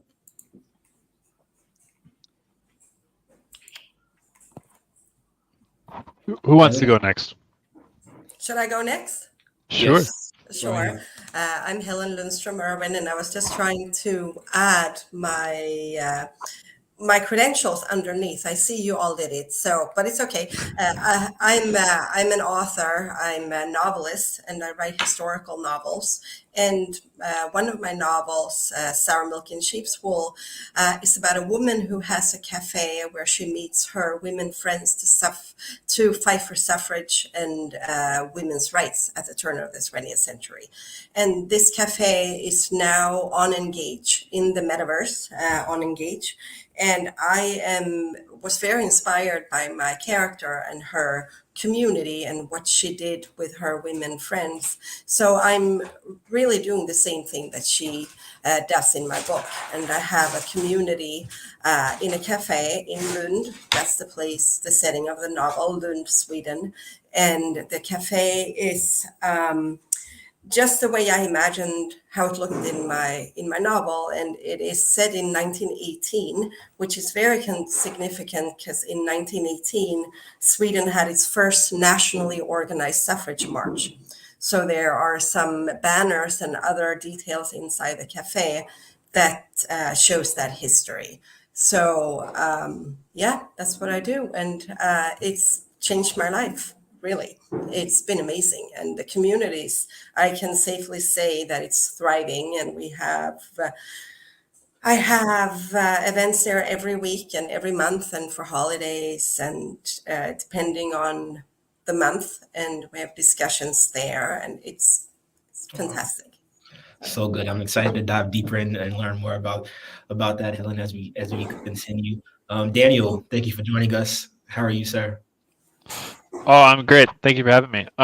So I'll give you guys my super quick background. I was in San Francisco working in kind of the classic technology industry, so software companies in San Francisco for a long time.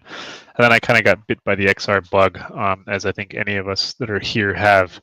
I'm a self-taught developer, and I started developing XR content, and it was like this light bulb moment. And the first time I was inside of a creation that I built myself was this moment where I was like, this is amazing. I need to bring this to as many people as possible. So I started developing more and more content, and I felt that the tools were not adequate. Like, it was still quite hard. The learning curve is really hard. The tools are kind of inadequate. And so like a little bit of a crazy person coming from San Francisco, I started a company to make tools to make it easier for kind of beginner to intermediate level developers to make their own custom games and apps.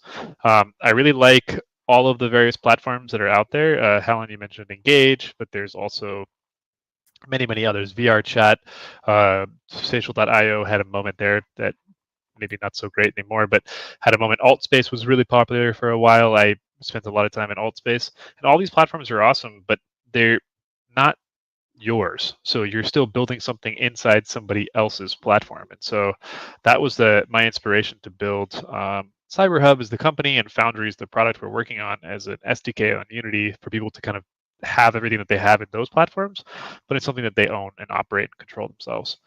And I think my original inspiration, like many of us here, is science fiction as well.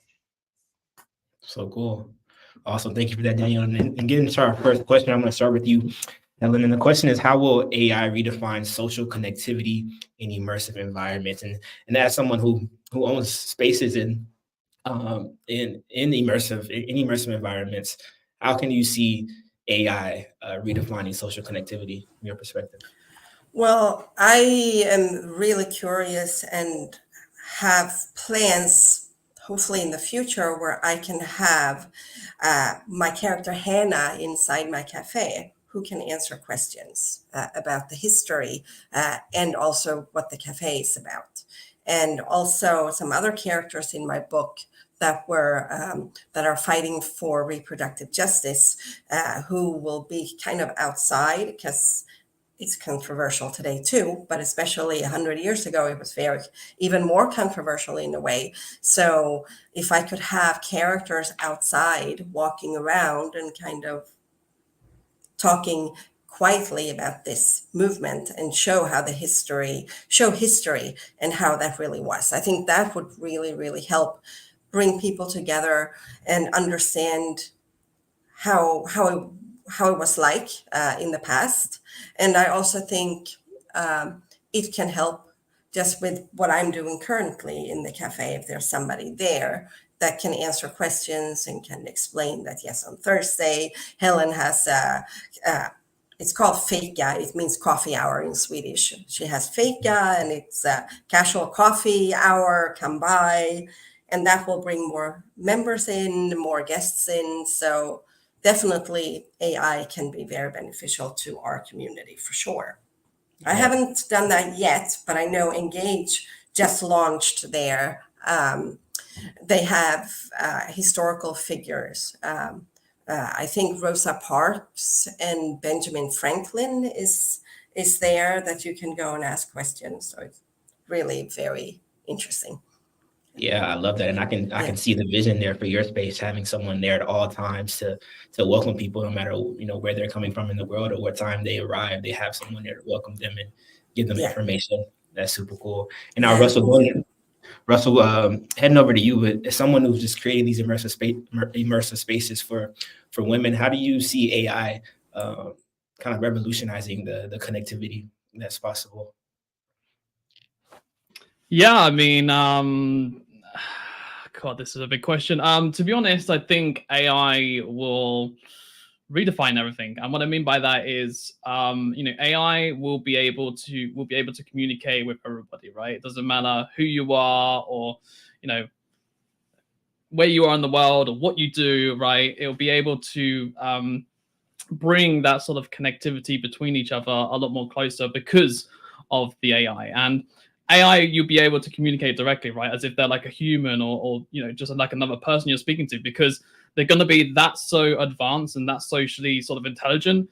It's like as if I'm talking to you, Christian, right? And that's kind of like what the social connectivity will do, is by bringing people together through AI and having those sort of conversations directly with AI and even just getting like information within a second, right? I go to AI and say, hey, can you give me like this information about the such and such artist who's performing on the platform, da da da da, boom, instantly, okay? And then that will also still bring the connectivity even closer, because if I can learn about that artist and the artist who's performing on stage and what they do, that allows me to socially connect with them even better. And then that means I can find information about them, who they are as a person, what they do, what their values are. And again, that will help with the social connectivity between sort of, various different people. So I believe AI is redefining a lot and is a big question. And I've tried to summarize it as best as I possibly can. So that's my thoughts on it anyway. I love that. I think you did a great job. It seems like just the education piece of it is going to be very beneficial and encouraging people to be more social, right? If they have more information about the spaces that they're in and who they're interacting with, it just creates for better dialogue. And the second question, I'm going to bring you and Attila and Daniel in. Attila, as someone is doing research right now on metaverse and AI, what type of innovations in AI do you see that have the potential to transform community engagement in virtual spaces? We start with you and then go to Daniel. Sure. It's a good question, because I would like to first define the change actually in our the whole community. Because if we are talking about the engagement, we are talking about the communication, and actually AI, immersive text, etc. All these things are related to the change in the means of the communication. And if we are changing the means of the communication of people, individuals, actually we are talking about a different type of the transformation, let's say even the digital transformation for the community, not only for people. But if we see that, especially for in terms of the innovation part, especially I will take it from the learning perspective. I will analyze the point from the learning perspective. If we are talking about the experience, even in the communication, in the immersiverse, in social events, in learning, we are talking about the experience. And if, as long as we change, or if we, as long as we affect the experience in immersive worlds through AI, through some other tools, actually, then we are talking about like the transformation of our communication and transformation of our engagement. So here we have some innovations, of course. I mean, what is that? Of course, the change, especially in learning, I can definitely say that in the future, we should expect virtual assistants, not even assistant, virtual trainers, because even right now, as a, like a prototype or different, like say, as a software, it is available. I mean, they are like a teachers, they are like L&D directors, they are like a learning and development consultants, and they are talking to you, and they are talking to you as a human, and they are giving you more maybe sophisticated, I don't know, perspectives or comments, recommendations, whatever you say, more than a human. I think this is very much remarkable in our terms, because we are focusing on here transforming the engagement. And this is of course one part, but also it's like it has a role to engage the people who have common interests. And we are actually categorizing based on the behavioral analysis, based on the interest, based on the social activities, and etc., etc. And especially in our virtual world, we are categorizing people based on their behaviors. And it's like a literally, it's like a pure behavioral data analysis of each avatars. And in that case, AI can actually get, let's say, a crucial role to engage people who have common interests, who can be maybe get along, or who can have some different project with different aspects. Just looking at that point from the different aspects or from different angles, AI can just get it done, and AI just can get these people being together. I think this is very much important point, especially in immersive, especially in virtual worlds, because we are actually kind of rely on the avatars' behaviors. I mean, not like the faces, especially in VR. We are not like focusing on faces. Even if you focus on faces, you are focusing on avatars' faces. So in that case, we should definitely think about first behavioral part, and the second, how we transform the communication, especially in virtual environments, in terms of engagement. Thank you very much. Yeah. Love that. Thank you for breaking that down so detailed and specific. That was really good. Moving over to you, Daniel, as a visionary and someone who's just at the forefront of these technologies, you know, what innovations in AI are you seeing that can transform community engagement in virtual spaces? Sure. So I want to take a slightly more technical response to this question and also bring it like closer to today. So my team, we've been working with AI a lot in terms of prototypes, but generally speaking, it hasn't really quite been there yet. And one of the fastest innovations we've seen in this most recent ChatGPT 4.0 is the speed at which you can communicate with the AI. And that is going to unlock so many different things. So a lot of what we've all been talking about here, a lot of what we're all envisioning in our minds for interacting with AIs in terms of in an immersive environment, it's not possible until the speed, the latency is brought down to near human levels. So in our earliest prototypes, it was so slow. You would speak to the avatar and you'd have to do, voice to text to ChatGPT took its sweet time getting its response back to you, and then response back to text, and then back to speech, and then the avatar talks to you. And when that latency of talking to an avatar, an AI avatar, is that high, we're not there yet. But a lot of the innovations we're seeing now is that the AIs themselves are getting a little smaller, a little leaner, they're a little faster. The latency is coming down tremendously. And also, they're getting a lot more natural. I think all of us have had, if any of you guys have been playing with ChatGPT for a while, I've been almost a daily user for quite a long time now. You can see that like each model, the improvement is so tremendous in terms of the naturalness. And so what we're seeing and the speed and the pace, and everyone says, is AI going to be there in the next little bit? I'm like, have you seen the pace at which it's already gone in the last 6 months? Like, just imagine the next 6 years, and it's going to be near unimaginable. And so all the things that we're thinking about in science fiction, someone's going to fall in love with an AI. Yeah, it's gonna happen. It's going to absolutely happen. Like, or it's going to be their personal teacher. That's going to happen. It's going to happen for sure. Or you're going to have employees or coworkers or friends that are AIs. It's going to happen, whether it's 6 years or whether it's 10 years, and it's going to happen. And I think the thing that I think that's most interesting about the interplay between AI and immersive spaces is that it gives the AI an embodiment. It gives the AI an actual spatial presence. And I've had so much fun doing really crazy stuff. I'm not, Helen, I'm not an actual full-blown writer, but I do write a lot of stuff. And I've used ChatGPT to create a little writer's room with all my favorite science fiction authors. And it's amazing to be bouncing ideas off of like my own AI version of Neil Stephenson or Brandon Sanderson is a fantasy author, and having them help you out as you're writing through something. It's amazing. But imagine that exact same experience in a room where you actually feel like you're in a room with them, and the avatar looks and feels like them. That, you get into all kinds of IP issues as well, of like what happens if we all have our own little versions of Neil Stephenson in our pocket. But that, putting that aside for a moment, the near-term innovations are happening, and it's happening super fast. And the one I'm most excited about is the latency coming down to near zero. That's when it opens up a lot more interesting stuff.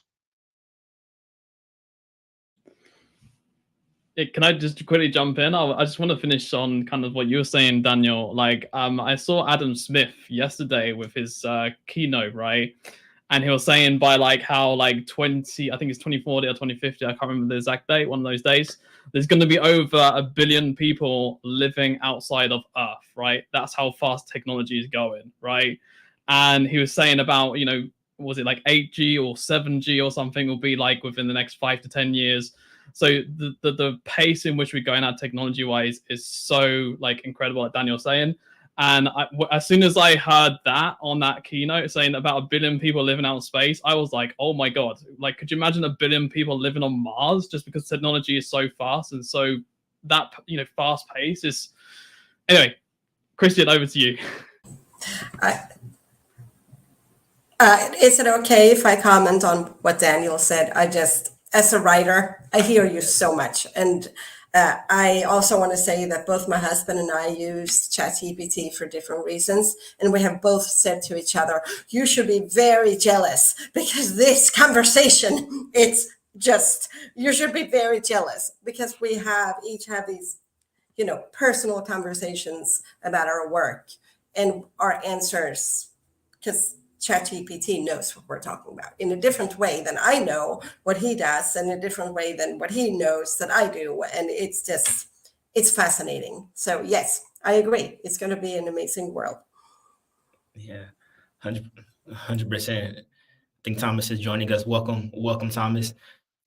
Let's get into our next question, because I'm curious, right? We talked about how we will potentially have these relationships with AI, and AI is becoming more natural in its language and in its communication. But I'm curious, how can AI enhance emotional and cultural connections in digital communities? And when I'm curious about this, not in the form of people having relationships with the emotional or cultural AI, but how can we utilize AI to make the actual human more emotionally aware or culturally aware?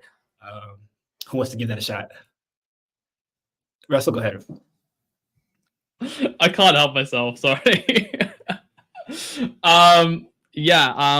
Again, yesterday there was so many sort of interesting talks, and one of the key talks that came up was empathy, right? And that's apparently like the number one thing which kept coming up over and over again for for AI to have, right, on the emotional side of things. And the connection is that robot being empathetic towards you, right? Because if it doesn't have empathy, and let's say something happens, or because it doesn't have empathy, it won't sort of like stop itself, right, or feel sorry for you, or be able to support you, etc. And I think AI having empathy is a key sort of point in all of this, because it can feel whatever other emotions it wants, But if it doesn't have the empathetic side to it, then it won't have that sort of, human connections, because humans are very empathetic towards each other and being able to support each other and be able to sort of segment, different sort of emotions from each other. So I think that's one key point, and that was one thing that was spoke about a lot yesterday, and I really sort of 100% agree on that. So yeah, that's my point on that. So cool. Thank you for sharing that. Who also would like to speak to this question? Helen, let's go. It's all you. Thanks. I think it can also explain contexts that we don't understand from another culture. And I think it can really explain what somebody means. If somebody says something and we don't know the cultural context, but the AI might know what the cultural context is and can explain she or he or they are thinking this because this is what happens, and this happened 30 years ago, and due to that there's a lot of feelings about this and that. And also translations, it's probably going to be better with actually translating things. I'm Swedish originally, so I know, and if whoever is bilingual or trilingual, however many languages you speak, that translating straight off never works, or right straight across, I don't know how you say that, never works, because the context is very different and it can create really big misunderstandings. So I think that could help with community and human connection as well. Yeah, I agree 100%. And just in real time, as an American living in France right now, there's so much emotional disconnect just because of the language barrier. And so I can only imagine if I'm just able to better understand cultural translations when having conversations. I think it can just help to have better relationships, honestly. So I like that point that you had, Helen. Attila, did you want to add something to this?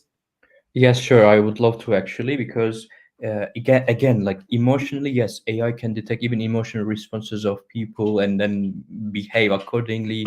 But when it comes to cultural connections, I have doubts actually, because the cultural connections, even based on our behaviors, I mean, based on how we raised, I don't know, like where we just raised, and what was who were our parents, or who were our, I don't know, sisters or brothers, whatever. But especially cultural connections, especially for AI, is really challenging, because how AI can understand my mindset coming from actually my childhood, and especially if AI would like to connect me to a person who is similar to me, it will take some time, because there's a cultural context, even when it comes to like even the offensive parts in the immersive environments, immersive worlds.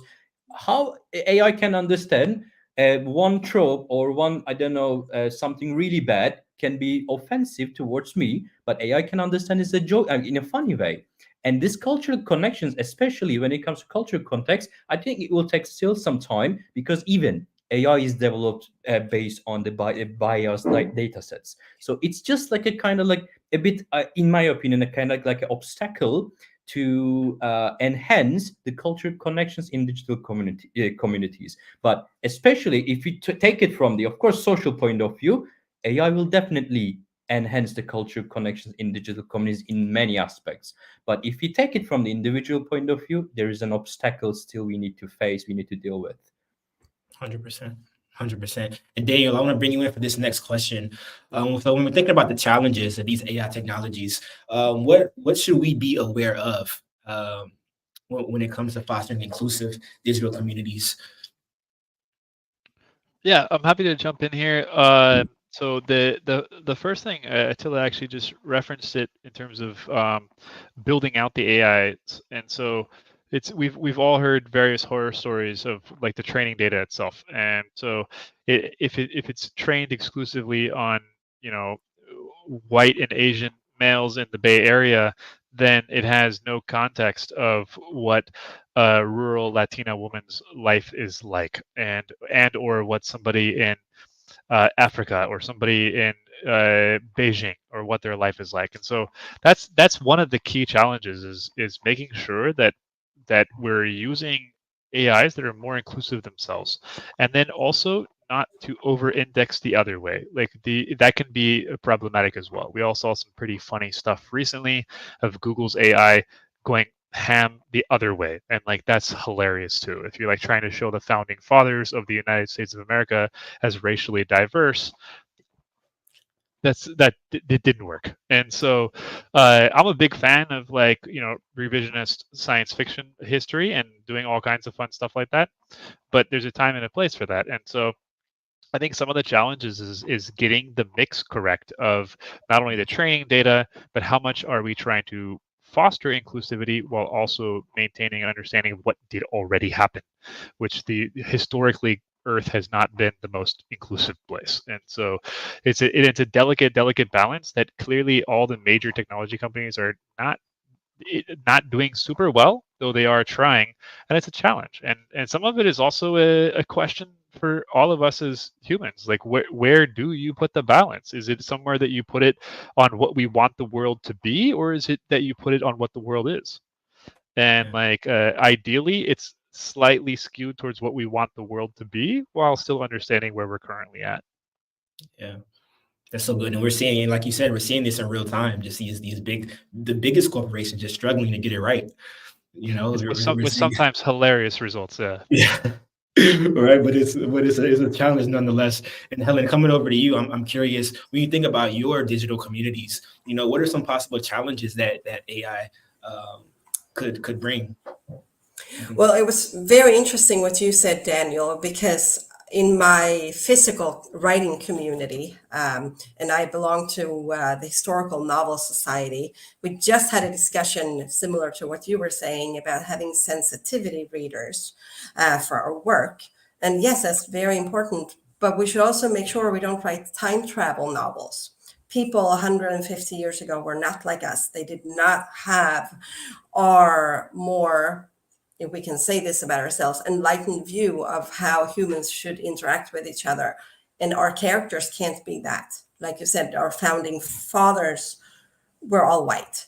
And so to bring this in, if I just talk about my own community in the Foremothers Cafe, I want my Swedish woman who lived 100 years ago and had a cafe in Lund, Sweden. I want her to be aware of the historical context in Sweden at that time and be that character. And she would have a very Swedish perspective. She wouldn't have a very broad perspective because she didn't have all that information at that time. She would know some things about the world. It's not that long ago, but the further back in time you go, the more aware you have to be of how small the world is and what people were actually thinking at that time, and how to bring that into an AI that is interacting with humans living today who may or may not know history. And some of the things that people said in the past, very, very offensive today. So that's a very important and very interesting discussion to have. And I would love your thoughts too about how that can be done so that we can, you phrase it very well, Daniel. So we have to know history, how it was, but live in today's society with the knowledge we have and being who we are today. So I would love to hear what the rest of you think of that. I think you're muted. Christian, you're muted. Yeah, I'm sorry about that. I was asking Daniel, would you like to respond to that or anyone else have? I would like to add one more thing actually, because actually we are discussing, even if we say challenges, we are discussing, I mean, what kind of negative things we can just face. But actually, I totally agree with Daniel as well, because there's a question. Are we discussing what ought to be or what ought not to be? I mean, this is like there's like a slight difference actually. And in that case, challenges could also turn into, like, I don't know, maybe promises, and I don't know, some I don't know, let's say new developments at least. I mean, we can take it from the positive perspective, but I definitely do agree, and I would definitely add this part as a part of as a comment to what Daniel said. Yeah, that's awesome. right, let's get into our next question. We were talking. I love this conversation. By the way, we're talking about the history and how that affects the present and also the future, right? And so I think that's relevant to this next question, which is how might AI influence the evolution of these communities, community behaviors, community norms, community rules within immersive platforms? What can we look forward to?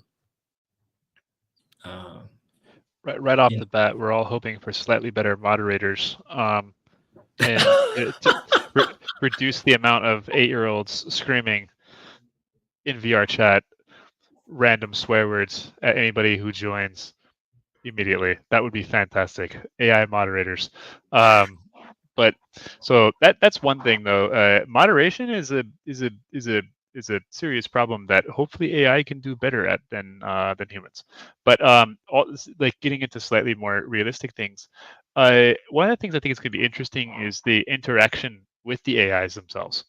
And like if you're in an immersive space, whether it's Helen's Cafe or a business application or a video game or something like that, like how do you know if the AI has become near human, like, and can essentially pass the Turing test? How do you know who's an AI and who's real, and how do we interact with them, and how does that change, and what is appropriate?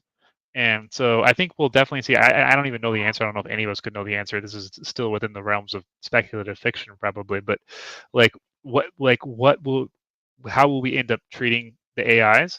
And I think from the world of fiction, my absolute favorite interaction with droids comes from Star Wars. In Star Wars universe, all of the robots are there and just a part of daily life. And in some cases, it's totally okay for the characters to be friends with the robots and even experience love towards the robots, though it's very clear that the robots don't necessarily have the same emotional attachment back to the humans. So I don't know. I'm all for Star Wars. I would like to jump on this because I think it's very interesting. First of all, I definitely think that AI will be able to stop a lot of bullying and hatred and all that kind of stuff, right? Which we see on platforms today. I definitely think in the short term, the social media side of things, it will stop sort of bad behavior and sort of evolutionize the community norms within social media platforms in the short term.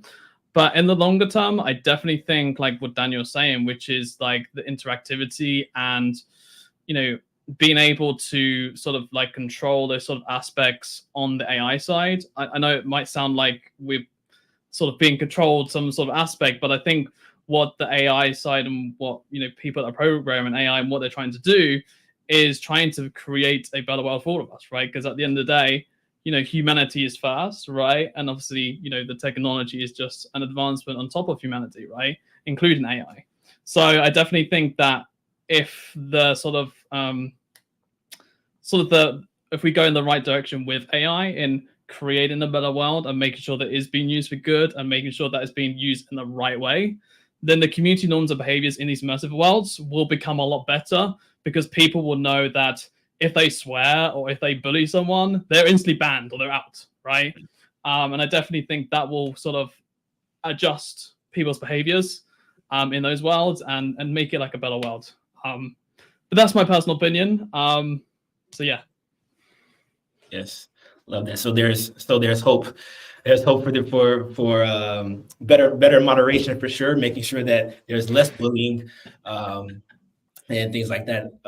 Thomas, welcome here. Can you hear us? Okay. We cannot hear you, sir. Try again. Welcome. Okay, having some trouble hearing you, Thomas. I don't know. I think he's there. It's just quiet. It was like super quiet. We'll keep it going with the few minutes that we have left. This great conversation, and I'm loving it so far.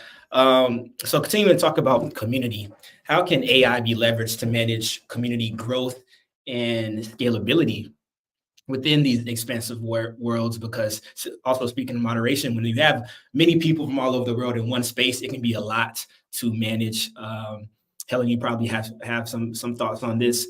What do you think? How can we leverage AI to better manage communities? Well, in my own world, like the cafe is the actual hub, but there's also an outdoor area, which I'm in the future want to expand upon. I want to add some museums and home for unwed mothers and other things that happened in my novel. And I think having somebody in those museums or just having an AI that is in the background, if somebody takes a walk and walks around, to just stand there and say, look, there's more in here. You're welcome to go in and take a look. And also just have a look at the other areas around it, because you can walk far into the hills. There's green hills, and walk far into the nature, so to speak. And so just having other avatars there who can be aware if somebody's walking around there would be very helpful. I'm not sure if that answered your question, or if you had something else that was more specific. Interesting, because it brought up an idea. So are you visualizing people coming into a space and just having a personal AI as kind of like a guide of the world? Not really. I was thinking more that there are other characters who are from my time period, who could answer questions about some of the issues that women dealt with during that time. And so I'm going to have to think about that answer, and possibly also like a guide. That's a really nice idea as well. Interesting. Yeah. Very cool. Russell, you want to share? Yeah, I mean, I think the instantaneous, not just like, I know we were talking about like the moderating side before, but this comes to the other side of the coin, which is like the support side, right? You know, being able to instantly get AI support within a second, right? Not having to, wait for someone to help you, or, that sort of stuff. I think the scalability and expansiveness of that side of things in getting that instant support and guide, or whatever it kind of may be that you need in that immersive world, is going to be key into making this even more expansive and scalable. And I definitely think AI has obviously the scalability to be able to do that, and be able to support people with ease, and be able to respond in such a quick manner compared to even just normal general support, right? And I definitely think that as well, it will also be able to sort of help manage sort of the expectations as well, and what will be in that world as well. I just think there's so many sort of benefits from a scalability point of view with AI, and being able to help the community growth, and being able to communicate it with it as if it's like another person, right? Or if it's another sort of staff member, or like you were saying earlier, guide, right? So I think that that sort of aspect is key to helping that sort of growth. Yeah, 100%. Awesome. And we talked earlier about just a little bit about ethics, but I'm curious from like a research standpoint with you, Attila. What ethical frameworks do you think are necessary when it comes to just this integration between AI and immersive technologies? I mean, this is a really good question, because I'm especially focusing on this part, like the governance part, because even frameworks, we are definitely like totally, I mean, even in the research area, academia, we are totally obsessed about the regulation, frameworks, etc. But when it comes to especially like the ethical point of view, and the even the governance and the regulations, in my opinion, it's impossible, I mean 100% to control the AI and these regulations, or the immersers, etc. There is no 100% regulation, and there will not be 100% regulation. We can just manage somehow, and even recently EU just released an act, AI Act, but still, I mean, at some point, at what point actually you can control the AI, because it collects the data, and it collects new data, I don't know, every day, every second it collects a new data sets, and it just interprets the data as well. And it's like a generation of the data. I mean, we can also talk about. And in that case, for immersivers, we can definitely say that accountability should be taken into account, fairness should be taken into account, or I don't know, transparency should be taken into account. But when it comes to the general framework of AI, for ethical framework, it's impossible to say something certain and it should be implemented or it will be implemented. There's no such thing because the data collection is various. I mean, data sets are various. And especially when it comes to virtual worlds, and I will take it from there, we are actually feeding ourselves actually from the data with the data. And if we have any kind of restriction, which we have already, it just actually limits your development. This is like 100% like the truth in, especially in the development phase. And even it's like a kind of like issue for like the great powers, politics, etc. But also it's like a limitation of the development in new emerging technologies. And if I cannot get the data, I cannot develop more, or I should be somehow I will be limited actually to develop more in immersive worlds or connection, because say anything connected to AI and immersive worlds.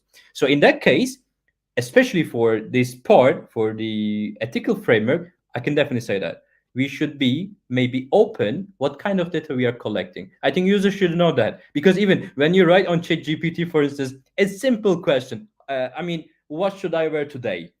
This is also a data, and you don't know where this question is going. I mean, this is kind of like a part of where you should know what you should know, and what you should know about your question, what you should know about your responses, what you should know a whole conversation actually that you are doing with AI. So in that case, no 100% regulation or framework, but then we can just set some at least principles to regulate or to make it more, how to say, reliable actually in front of the individuals. I can definitely say that. Amazing. Thank you for that insight. Super good. And we have a couple of minutes left. I want to end with this last question. We can kind of go around the virtual table here. And I want to hear everyone's 2 cents on what future trends should we anticipate in the interaction between AI, immersive technology, and community building. Daniel, let's start with you, then Russell, then Attila, then we'll end with Helen. Yeah, I think the biggest thing is to expect people to have relationships with AIs, which is going to not always romantic or sexual in nature, but expect people to have relationships with AIs. But also, like everything that we've imagined in science fiction over the last 5 decades is about ready to become true in some way or form. And it may not be the holodeck like it is in the Star Trek, but it will be something similar to that. And so expect basically us to quickly blow past everything that we've already imagined and then have to start imagining new things that we haven't even imagined before. But I have a sneaking suspicion that in the next decade or so, we'll be able to build everything that we've already imagined up till now. Wow, incredible. Yeah, I mean, I'll jump in on this. Such a big question as well, but I'll try and keep it short. I think the personalized experience is going to be the biggest thing out of all this. You know, being able to not only sort of collaborate the community into one sort of immersive personal space, you know, experience together, right? But being able to have individuals inside of that community to be able to have different experiences too. That's going to be even more crazy. I think the AI is going to, you know, make things a lot more faster, a lot more efficient, a lot more speedy, a lot more sort of connections, as Daniel was saying, and definitely, I think from a community building point of view, it'll allow people to, you know, basically, especially if you have your own community and you're a fan of a community, like how Helen is, right? You know, she'll be able to use AI to give the support, to give the instant reciprocation, you know, for her community that they need, as well as, you know, having a personal guide or whatever else may be within Helen's, you know, business, right? So I definitely think those are how the sort of 3 things are going to sort of coexist. And I definitely think that just the rate that we're going at, even what I'm saying now, you know, will be tomorrow, right? Because it's going that quick, you know, launching out, you know, rockets in outer space. I mean, I even saw an article saying about how you can sort of fly from London to New York within 40 minutes on like a space aircraft. I mean, that's crazy as well. But anyway, that's off topic. The point is the technology, the pace of what things are going at. Like even what I'm talking now will be yesterday, and it's just going to go like so fast and so great, hopefully. And yeah, my fingers are crossed. That's for sure. And actually, I can add here, I mean, I would like to, because we are talking about AI and immersive technology, but in between there's a human factor. And I will again maybe repeat the same thing, but I have to say that the communication and the human needs actually will kind of be determining actually the future trends or future developments and everything. Because if we just considered AI or immersive only, we will be definitely get lost. I mean, definitely. But we should understand the human behaviors, human needs, human factor, especially in AI and immersive. I will just conclude with an example, because right now we are also creating a virtual world, and we are also creating AI assistants or AI guides, whatever you say. But this all AI thing based on the anticipated needs or the needs that we got from the data in our virtual space, and everything goes actually specifically or focusing on specific need of a human or even individual or customer or corporate, whatever. I mean, especially in learning, we should be definitely rely on the human factor or human needs and their needs. I mean, employees needs, whatever you say. But here we should definitely focus on the human factor between AI. Just come up with some, even we can anticipate some trends based on our data retrieved from the, let's say, human behaviors and human needs or human interaction, whatever. But this is very much important point in my opinion for the future trends. Sorry, just to jump in as well. Sorry, Helen. I just saw like a comment from Rose saying, "Is there anything that AI can't do?" And then Christopher says, "AI cannot smell the salt of the air of the sea. AI cannot process what we can feel what we can, and cry what we feel." So, how are you saying about the human side? Absolutely agree with that. Yeah, perfect. Yeah. Not yet. Not yet. And that kind of goes with what I've been thinking about. I think we will have to rethink a lot. And we should be very aware that in 30 years, we will look back at ourselves and wonder what the hell we were doing. And so we should just be open to rethink and open to realize that we are not at the top of the world. Every single person who's ever lived has always lived in modern times, as we think we are and as we are doing. But we will rethink things, and we should just be aware that, be open to what we learn. Yeah, amazing. Well, panel, thank you so much for your time. This has been an awesome conversation. So many gems shared, and I hope the audience enjoyed this as much as I did. I look forward to staying connected with you all. And audience, please connect with our panelists, continue these conversations. Helen, there was someone in the comments who said they're working on a historical XR project and they'll be reaching out to you. Oh, fantastic. So be expecting that. And yes, and everyone enjoy the rest of day 2. Chris, sending it back to you. Thank you all for your time again in our gathering as well. Thank you very much. Thank you.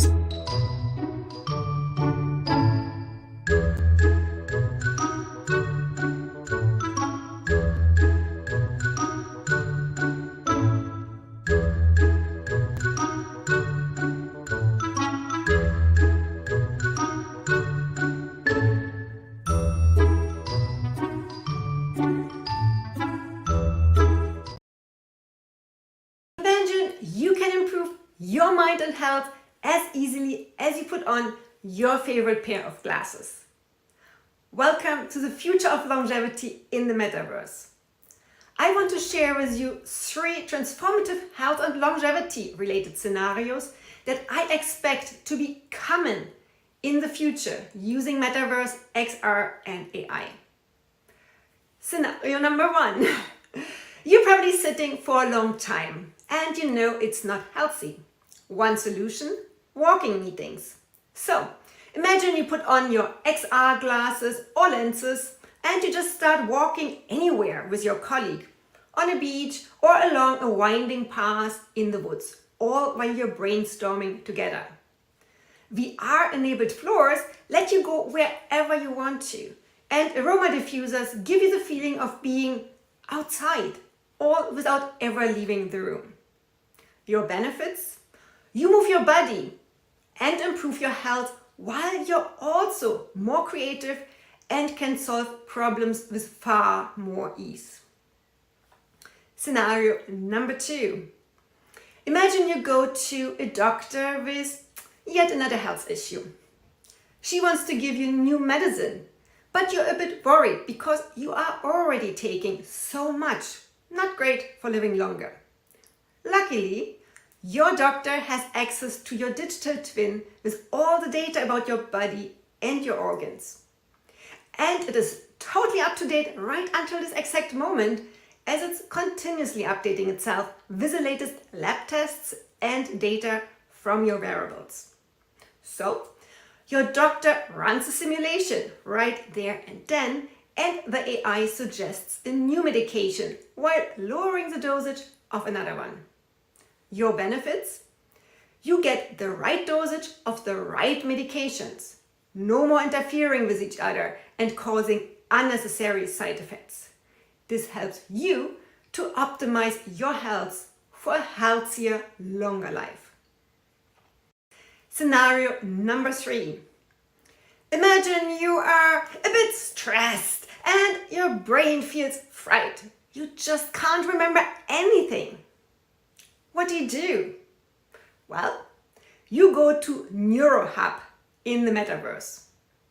And as you're wearing a Neuro headset that connects to biometric sensors in your clothes, the AI creates the perfect personalized brain enhancement experience for you, based on your brain activity, heart rate, stress levels, and so much more. And how could that look like? Well, you might enjoy the immersive emotion engine to calm you down and get your brain primed for the memory maze, where you'll go through different challenges adjusted in real time based on what the sensors are picking up from your body and mind. Your benefits?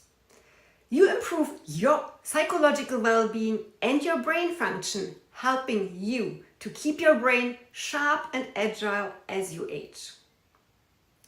Let's briefly talk about what are the benefits of all those scenarios for you as an individual and for organizations. So when you use mixed reality, metaverse, AI, you can improve your mental and physical health, learning capabilities, and longevity. Organizations, companies, they profit from healthier, more productive, and more engaged employees. And as we're all going to live longer, need to work longer, and want to live fulfilling lives, it also helps you to attract top talent at any age. We are not there yet at this scenario, even though most of the technology already exists and it's not going to go away. But how far out is that future? It can actually be here very quickly. Don't underestimate generative AI and its ability to leapfrog ahead. The time to act is right now. So, if you want to be healthy, perform at your best, and live longer yourself, or if you are an entrepreneur or leader whose company wants to set leading industry standards, adopting future-oriented technologies, and do something for the health, well-being, and longevity of your staff, let's talk.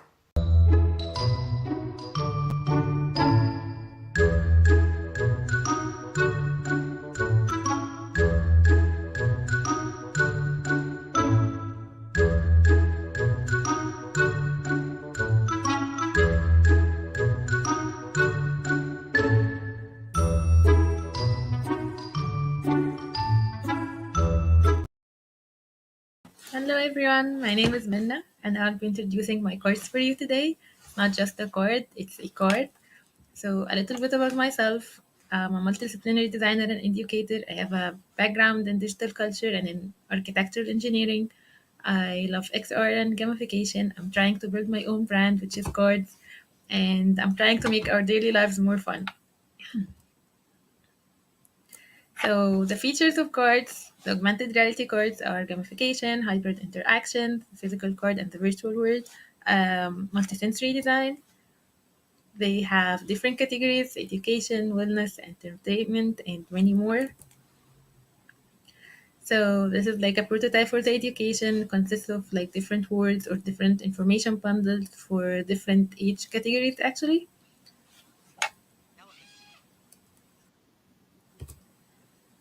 We also have the wellness uh, bundle, which is like our way of trying to gamify the process of habit building, and we're trying to build the habit of productive rest.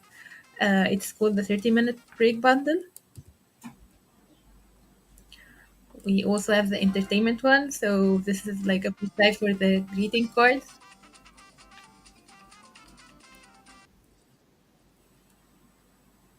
And this is like our current situation with the cards.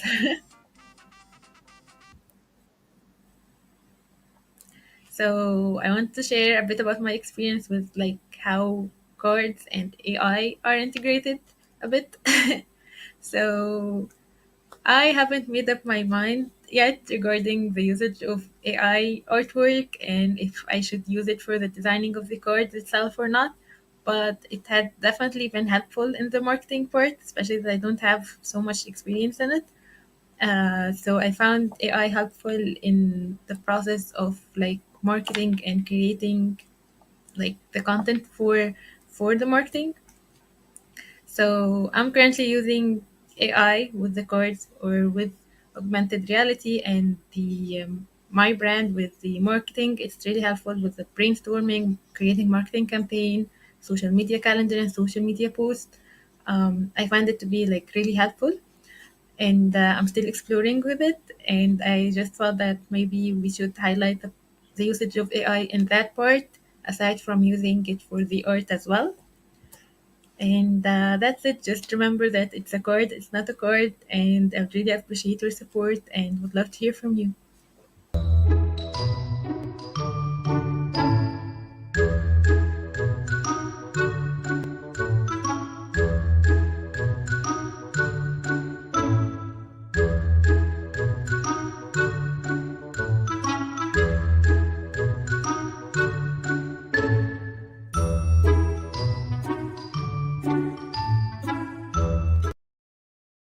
In the dynamic world of healthcare, a new vision emerges where the patient becomes the epicenter of the care process. However, in addressing patient rehabilitation, we are confronted with important gaps that are not aligned with this patient-centered perspective. Let me share some worrying facts about the rehabilitation of patients with chronic pain or neurological diseases. According to studies, pain patients can go up to 5 years without specific treatment, leading to chronification of pain and deterioration of prognosis. In the case of patients who have suffered a stroke, on average, their treatment does not start until after 3 months, the first 6 months being crucial for their optimal recovery. Moreover, the quality of treatment leaves much to be desired, as it is often administered in a routine manner without considering the individual needs of the patients, turning rehabilitation into a kind of production line more concerned with keeping the patient busy than with optimizing the recovery process. As Paracelsus stated in the 16th century, the only difference between a poison and a remedy is a dose. In the case of rehabilitation, current treatment doses are insufficient and ineffective.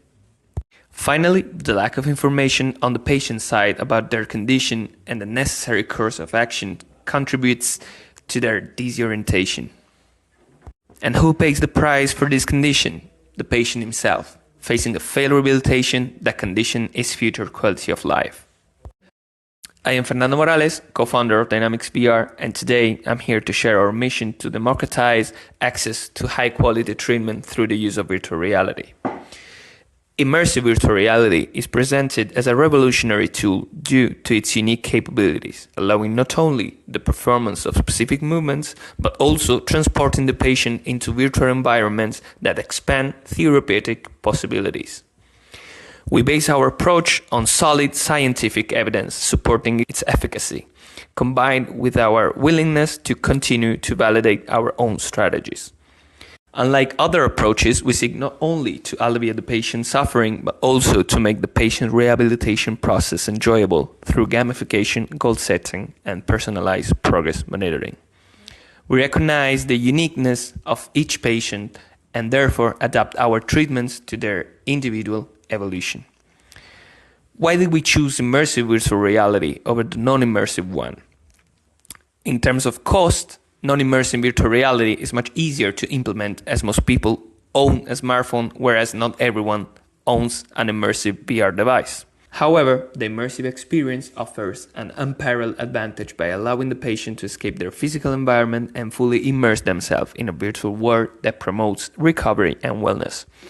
Our choice is based in particular on the proven therapeutic efficacy of immersive virtual reality, as we understand that in rehabilitation, what happens in the brain is as crucial as what happens in the body tissue. By modulating key sensory stimuli, such as sight and hearing, we can trigger positive emotional responses that enhance the rehabilitation process.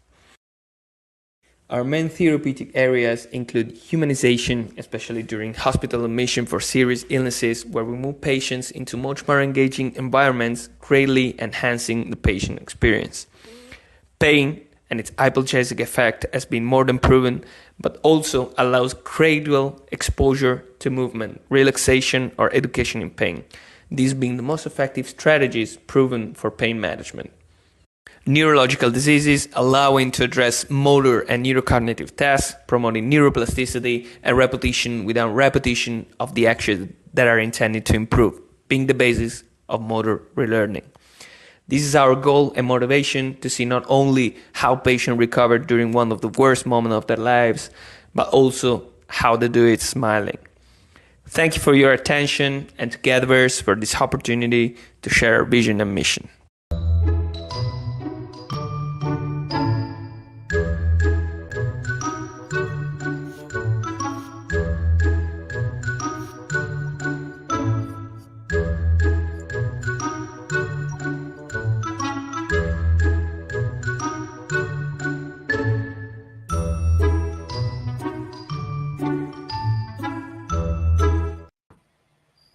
Greetings, everyone.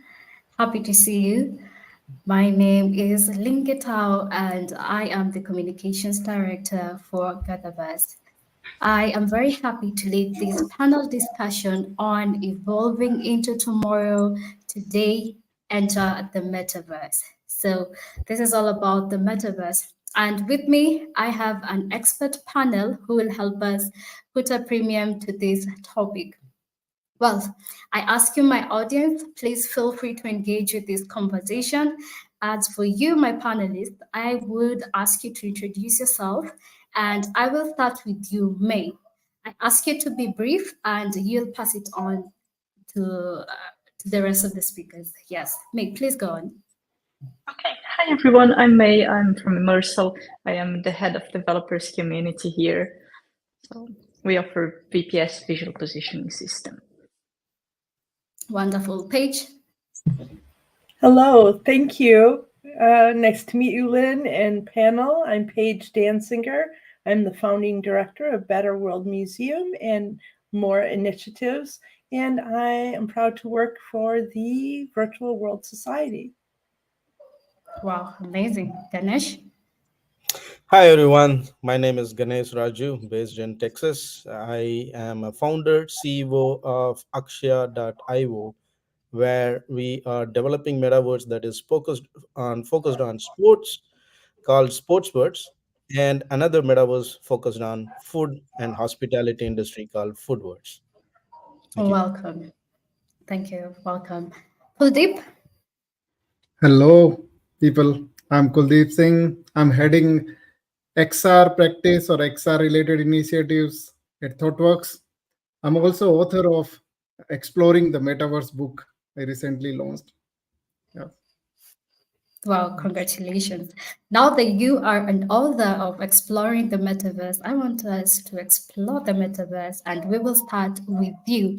So how can the metaverse redefine our understanding of personal identity, personal expression, and what implications does this have for the societal norms? Yeah, definitely. So in my book, I have dedicated chapters to cover this topic. But yeah, So we are already seeing the social identity around us in social media world. We have already seen that identity shaping up. The virtual identity, virtual set of friends, and virtual society, and in some form it is already shaping up. But when we talk about metaverse, our avatars will be replacing our identity. It will not just replicating our behavior, everything it going to replicate the way we are talking, the way we walk, everything it would replicate. So eventually it will be very difficult to differentiate between what is real identity and what is virtual. And another layer on top of it, we will have multiple identities. We'll be able to transform from one form to other form. Now it all looks scary, right? So that's where the challenges are. So definitely, we need to ensure this transformation be really beneficial for connecting the world.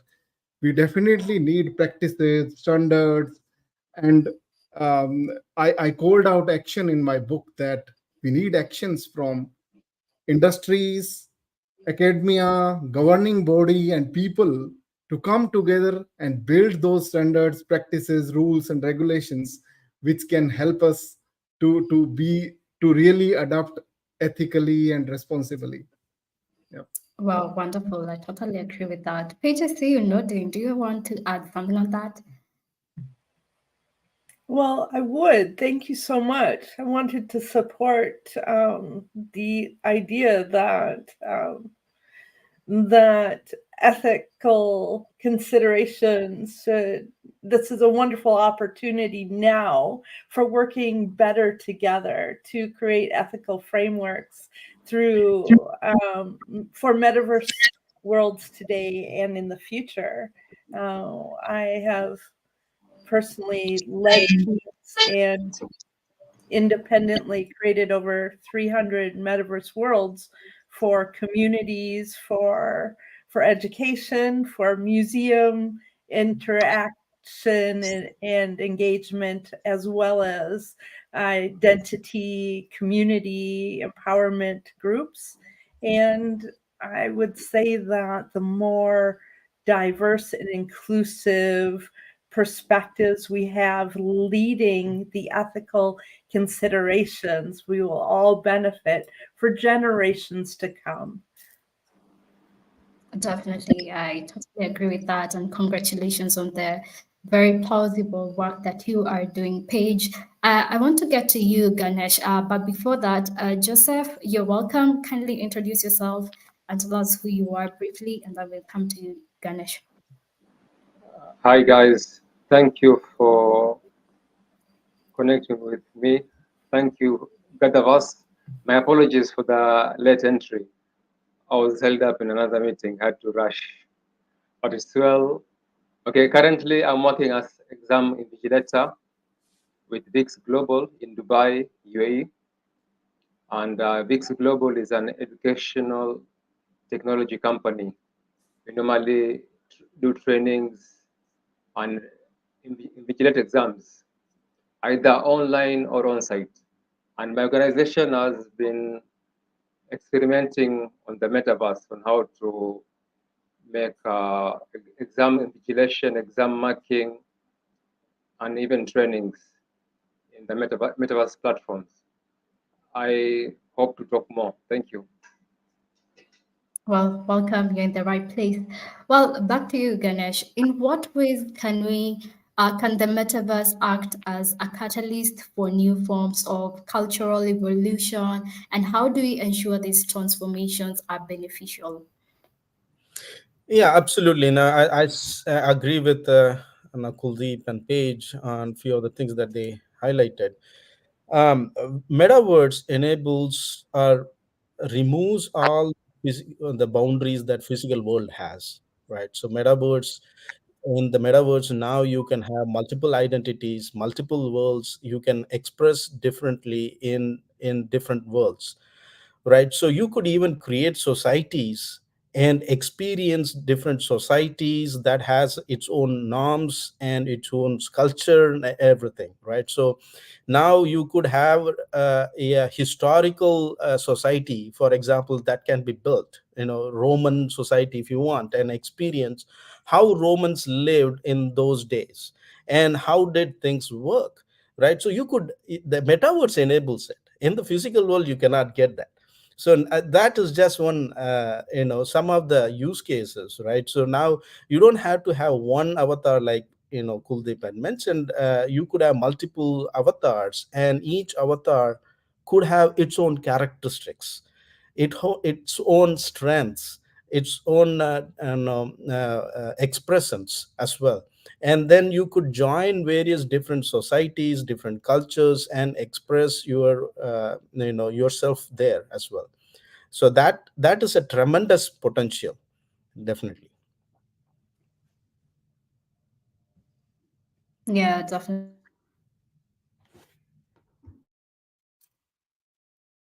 Lynn, you're I muted. look at it as, yeah.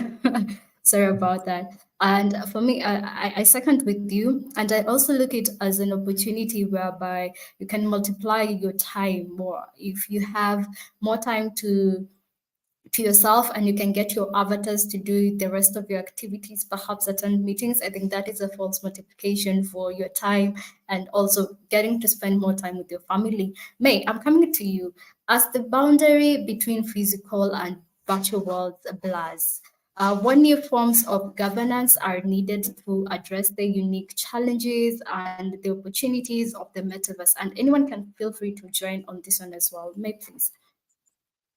Yes, so as everyone already mentioned about the opportunity that we have for people to make sure that they are entering the metaverse in things that are related to what they would like to do, so they have that flexibility.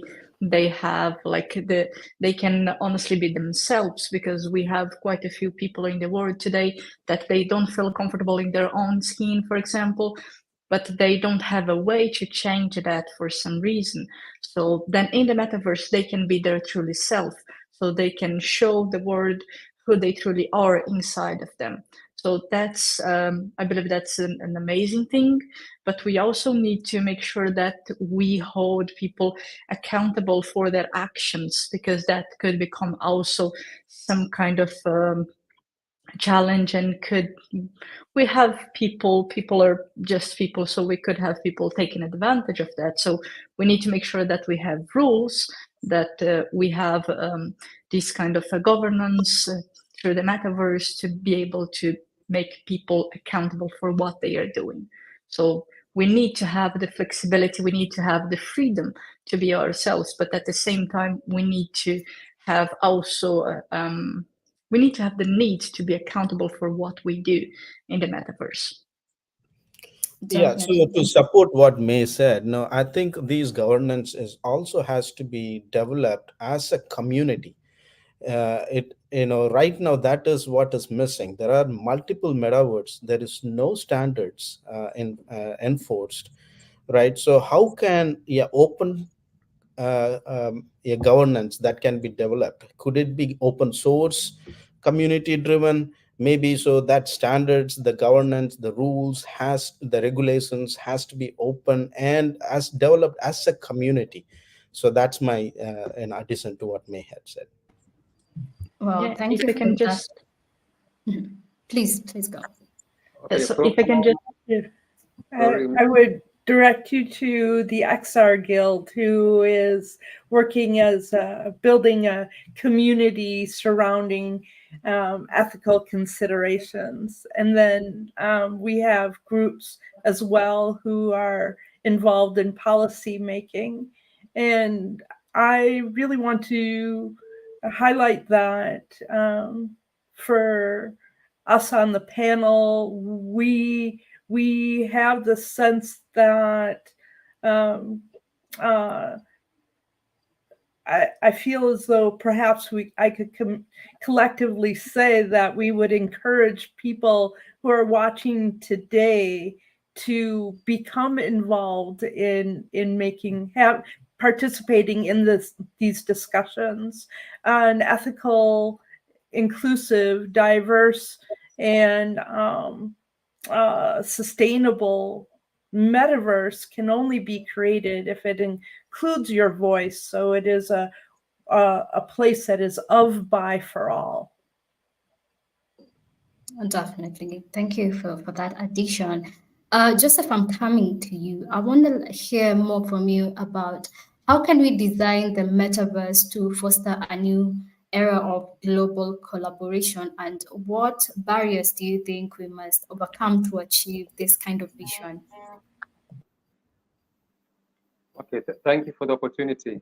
How can we design the metaverse to foster a new era of global collaboration? Okay, from my experience as a trainer and also exam invigilator in this field of educational technology, okay, the first aspect of design and the motivation behind design, the government should first take initiative. The government of the day, be it in the country or in the community, because we are all aware metaverse takes a lot of capital in terms of finances, software design, the hardwares. In Dubai, the government has taken the initiative in the design aspect, and once the government takes the initiative, then the private sector is encouraged, which is very important. Government, private sector participation, and also thirdly, the community at large must participate, be it schools, universities, businesses. We should all participate because we all have a stake. In terms of the barriers which we must overcome, okay, like the metaverse runs on the internet. Any country, any environment with poor internet, it means the community, the businesses will be left behind. And so far, okay, I'm impressed by the governments of the world doing their best to make sure the citizens and the private sector at large have accessible internet in terms of speed, reliability. Thank you. Okay. Paige, do you want to add something on that? I see you leaning in on that, and I feel like perhaps you have something to add. Well, I think that it was really well said. I think that we're able to look at areas of our world that are facing accessibility issues, as well as really leading conversations that are community driven. So refraining from considering that we may have the right solution, and creating just the conversations to facilitate the solutions being driven by the community members that are impacted, whether it's through climate, through migration, through new communities, and to highlight and celebrate the members in our community that are doing the work so that they may create even wider impact. That's a very good addition point to that. And May, I want to hear this from you. What are the philosophical implications of creating and inhabiting expansive virtual worlds regarding our concept of reality and existence? Yes, so I believe that we need to understand that we can be ourselves, and we also need to understand like there is a blurred line between the virtual world and the reality and existing in both worlds. So we can be completely different people if we want. So we could have multiple avatars with different personalities, and that could maybe allow people who have different personalities in their own life to be able to target them and to make sure that they can express them. So that would be something that comes to my mind about giving people the opportunity to show the experience that they have, the personalities that they have. That's something that comes to my mind. Yeah. Definitely. Please. Yeah. So yeah, maybe I add few examples.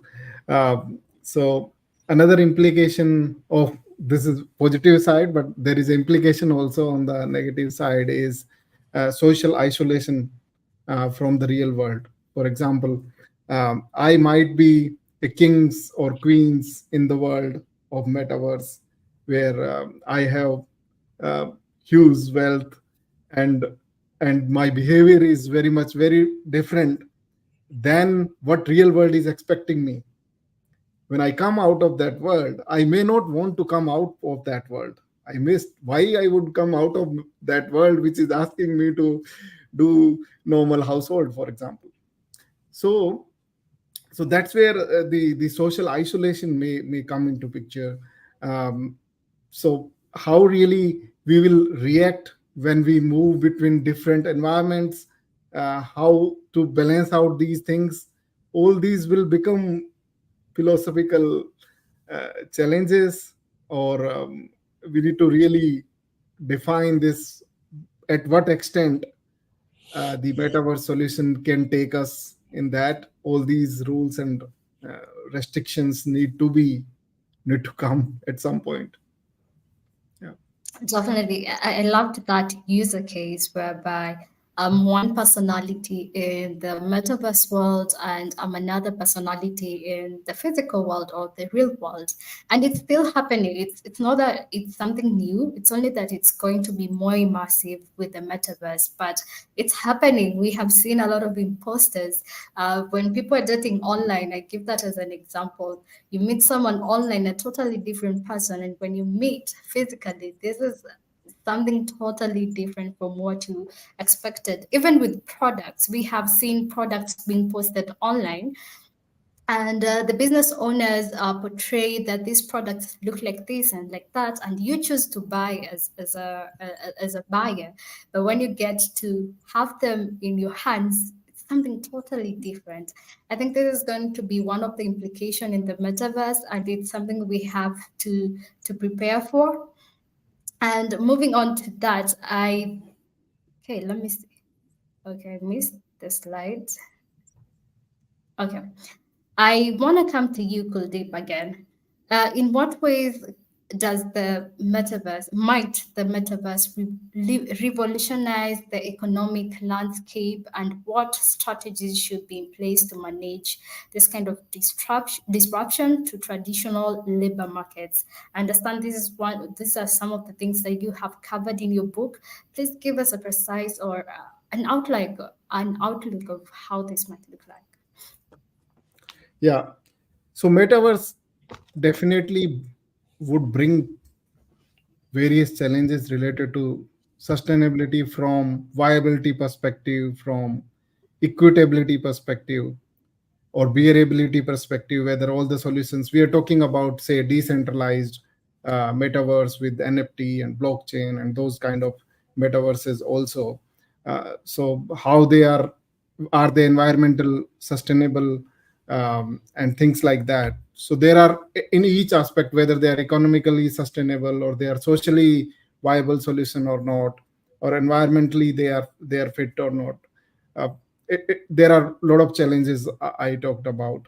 On other side, the metaverse is characteristic as a self-sustainable ecosystem.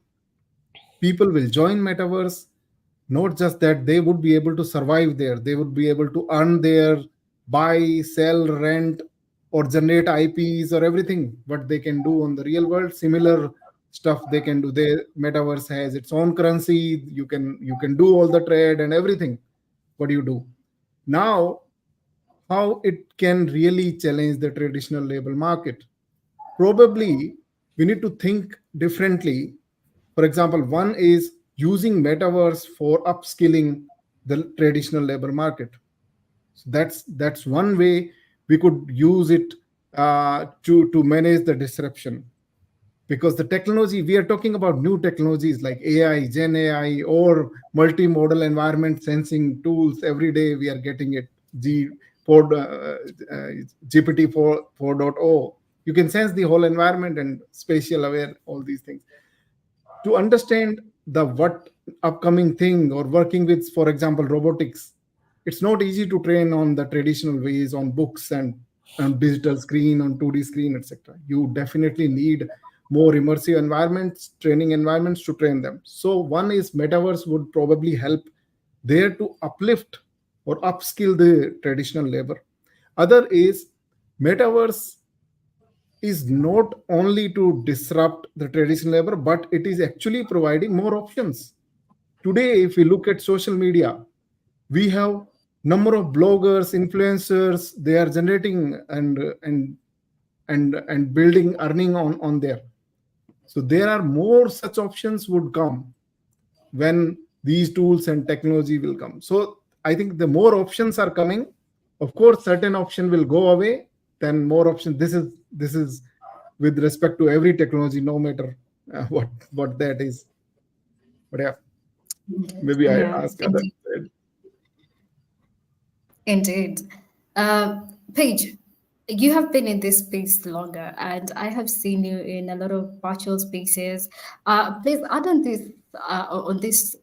particular discussion. What are the economic landscapes, and how does the metaverse disrupt the traditional labor markets? I believe the future is really full of possibilities and quite vibrant for especially women around the world. I was at a VR women's meetup yesterday and learned the story of Diane Paul, who leads a group of young girls in Africa who is teaching and training them to not only use virtual reality, but also create their own marketplace with real as well as 3D assets. And it's really exciting the skill development that's happening there.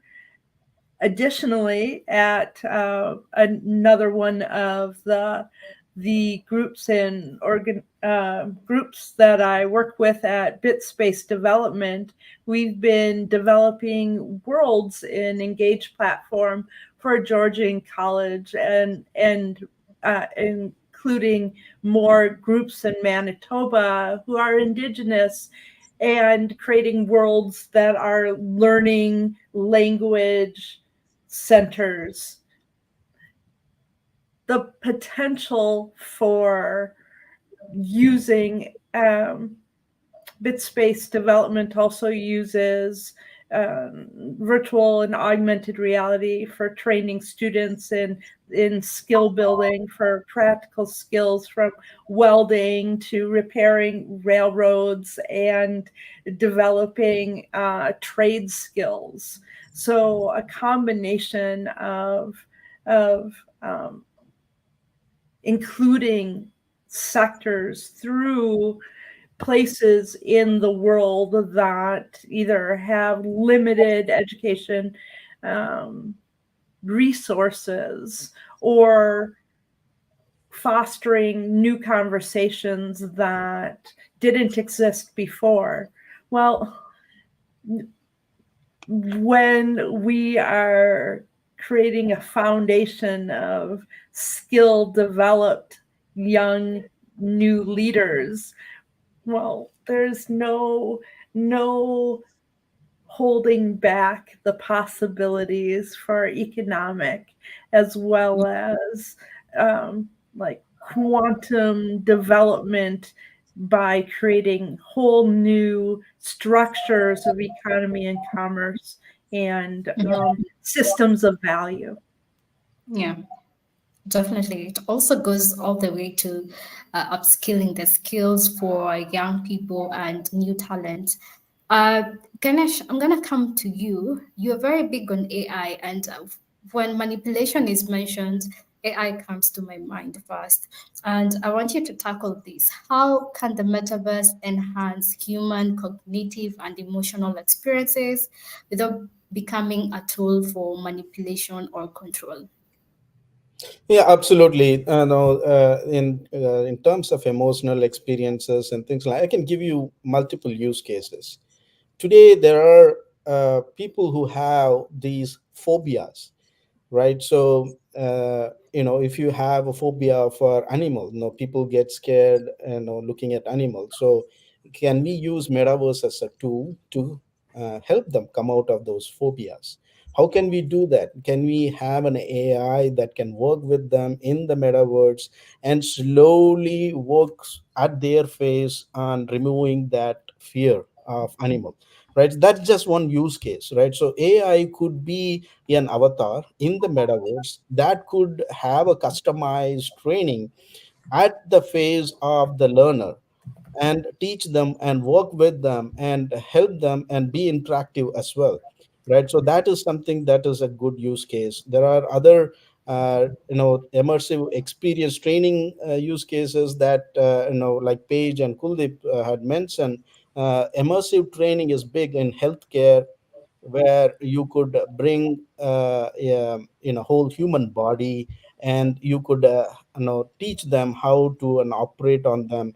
And AI could be an assistant sitting right next to it, and if you do some mistake, probably, or reach out for help or guidance, and use as an AI. So this is the next next evolution of chatbots, right? So you could have AI in it, and the whole environment could be customized based on your emotions at that moment, or where you're struggling at that moment.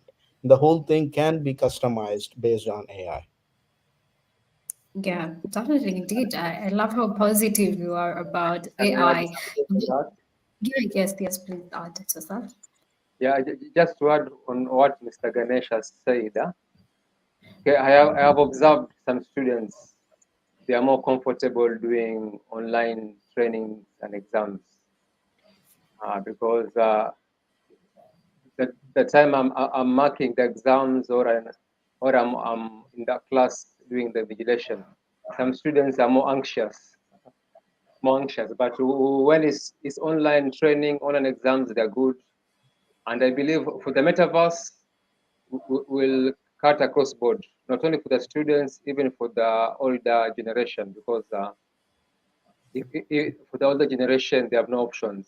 Those above 50, those above 40, they have to make adaptations. And I have seen with the online trainings, the older guys are also comfortable, because the time I'm mixing the older guys and the students who are in their 20s and 30s in the class, some of the older guys feel like they are out of class, in quotes.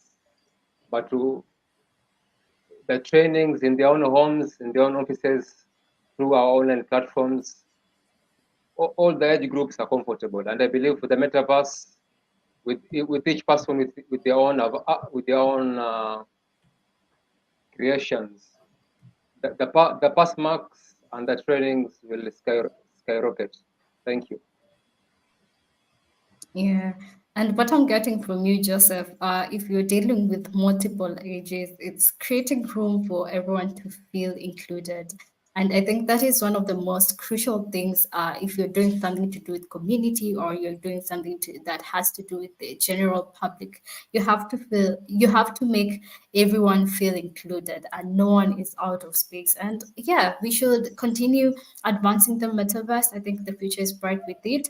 And May, I want to come to you with this ethical consideration. We've talked about ethics and ethics, but we haven't talked about the ethics that should be considered when it comes to the development of immersive technologies to avoid exacerbating digital divides and other forms of inequality. Could you please help us in tackling this discussion? Yes, sure. So something that like I would like to talk about, it's accessibility. So not everyone today have access to the metaverse. So we would need to create something that would be accessible for everyone. We also would need to bear in mind about other type of accessibility. So not just like physical, but also social, so monetary. So we need to make sure that we have something that would be free, that everyone would be able to access it. So we would need to develop something that would achieve people all around the world in all places. So that's something that we need to consider when we develop this technology.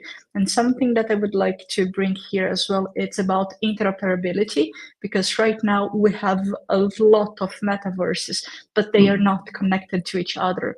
So that's something that I see that we should improve, because we would need to be able to kind of connect all those metaverses and create one unique to allow people to access all of them, and then they can choose which ones they would like to keep following, to keep interacting, and which ones that they would like to, okay, this is not for me, so let's move on to the next. But they should be able to access all of them if they want. And on top Yeah. of, if I may add, the technology behind all this has to also become cheaper. The infrastructure cost right now, I think Joseph, he had pointed out, is it takes a lot of infrastructure behind developing this metaverse. And sometimes if it is very realistic, Unreal Engine kind of a metaverse, that takes tremendous infrastructure, right? So once that the cost comes down, and even the goggles, right? So Apple Vision Pro is $4,000, right? So now, even though you don't need a goggle to experience a metaverse, you can just use a laptop. But even then, those glasses give a much better immersive experience. If those glasses all come down in price, that will also help in inclusivity, give access to everybody in the society too. Definitely. And yesterday we were actually talking about that accessibility. And someone added yesterday that design is one of the best way to foster adoption, because you have to design something that the clients want. You have to design something that that is solving something for the users, you know, and you have to design something that is accessible to even people with a disability. uh, Joseph, I would jump this for you because you are in education. And as you answer this question, you'll also tell us how you are tackling exams online and how do you know when students are doing exams not using ChatGPT or any other Gen AI. How do you normally know if a student is cheating or not? But first of all, what role can the metaverse play in redefining educational paradigms, and how do we ensure it enhances rather than replacing the traditional learning environment? Over to you. Okay, thank you for the opportunity. And being an exam invigilator for online exams is a challenge. But okay, I'll answer from experience.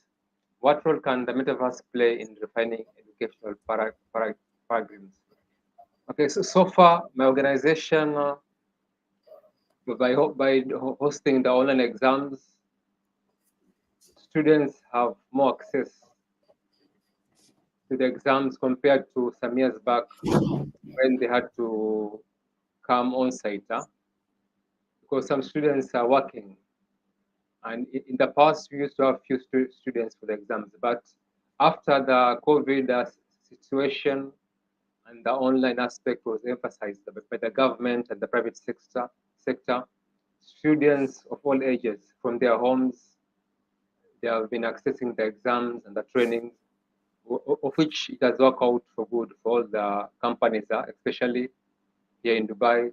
Secondly, students have been able to share their thoughts, because we have students in UK, in Asia, in Africa, in America, and through the online trainings, students have been able to interact real time. And for the case of metaverse, using the avatars, the students will be able to share their ideas irrespective of the country. Like this particular meeting, we are all in different countries or locations. Imagine now that we are all now in the metaverse with our own unique avatars, with our own unique colors and designs and goggles as such. Thirdly, for the metaverse, for my organization, okay, we have done trials with particular companies, but okay, for now, some of the companies, the management have been asking tough questions in terms of costs. Even though in the long run it will be cheaper, but for now, the companies which have done the experiments for the metaverse, for the exams, they have been asking about the initial cost, but I believe that will change. Okay, for the second question, how do we ensure it enhances rather than replace traditional learning? Okay, traditional learning still has a part to play. Traditional learning can be as simple as parenting in the house. There's simple parenting in the house. Now imagine a parent is in New York and the children are in Africa. And the parent has his own avatar and the children have their own avatars. That will be taking it to another step. For the younger generation, it will be easier for them seeing their parents in avatars in the metaverse. But for the traditional learning, for now, it cannot be replaced because some things are more fruitful than traditionally. But hopefully, 10 years plus, the traditional will be like a dream, like it will be like a once upon a time. Thank you. Oh, nice, nice. I want to hear more thoughts on that. What do you think on traditional learning environments? Do you think in the future we will still be having them, or are we heading to a place where even learning will be very immersive and virtual? Someone just joined on this debate. I want to hear from you. I think it's how many times have we heard, oh, our education system is broken? We actually have this incredible opportunity to redefine what works better and what impacts more people for the world that we deserve and hope to create as an aspirational place of connected unity and growth and sustainable cities, whether it's climate impacts or like structural inequities. We're able to overcome and work through this. What if every day was a hackathon, or every day was an opportunity to create a garden on the moon or in space? So broadening our thinking and really looking at what it means to build collaboratively when we are able to dismantle our structures really literally by deleting walls or changing the parameters or the gravity surrounding that. We have a sense of agency that ultimately, through the process of dissolving isolation and feelings of powerlessness that come from the lack of agency and the impacts of the negative broken structures, we can completely create this, well, I believe, more positive world for generations to come. It's in our hands. Whether we're hands-free or using controllers or a mobile device, we do have the power as long as it's driven by the people. Yeah, that is a very, very strong point. We have the power And there's a need, there's a very huge sense of urgency to disrupt the education system. We have always complained that the education system has never changed, and that is true. And this is the best opportune time whereby me, as someone like me or you or Ganesh, can just start their online classes and teach whatever they need to teach that is required for future skills or for the existing skills or just to enhance what we know. May I say your mic unmuted? I see you want to add something on that. Please do. Yes, so thank you. So if I can just add my 2 cents here. So imagine now that we are in the future where we can allow the students to really experience, for example, physics, which is something that it's more complicated for the teachers to explain because they can't really interact with that. So imagine that they can interact with that in AR, for example, or then imagine like if you were working with like a craft, like crafting something, could be even with like wood crafting, that you want to teach these skills to the people so they can start doing something like without any kind of how can I say, danger, because there is some kind of small dangers, even though like if you want to start like with kids, teaching them how to cut something, so you would eliminate all that risk that would be behind it and give them the ability to develop their dexterity, for example, or to play music or something. They could start something that to try it out. So I don't need to buy a guitar to start learning how to play the guitar. And then if I like that, then I can buy the guitar and have the guitar. So people can experience more. I would love to see that in the future. I'm waiting for that actually. Yeah. Yeah, absolutely. No, that's a great use case for chemistry classes where you can avoid any blowout of chemicals and things like that. And to add to it, I think simulated environment along with collaborative learning, right? If you can bring back historical places and you have people join from everywhere and come to that same place to learn about it, and they can bring different viewpoints because they come from various different places, and now the whole environment is a historical place that is simulated now, and now you're learning history lessons along with them, right? So, and you could even have an expert, you can work with an expert in a particular field to design a metaverse. Somebody might be an architect, right? So he comes up with great ideas. So you want to learn civil engineering, right? So you can work with a great architect and create simulated environments, and it could be a collaborative and now learning too. Definitely. Could they please add something on that? Yeah. So definitely one thing is which I really like about is the global learning, global presence of learning. It is not limited to a country that I need to go to Oxford and then only I get something. Now it is available at a remote location in a small village in India, for example. People can just connect to internet and things are available. So that's what the stage of metaverse where you will be able to get learning or from your choice of the professors. Maybe their avatars are teaching, that's fine, but I will get the sense of what I want and how I if someone is very influential is teaching me something, I get things faster.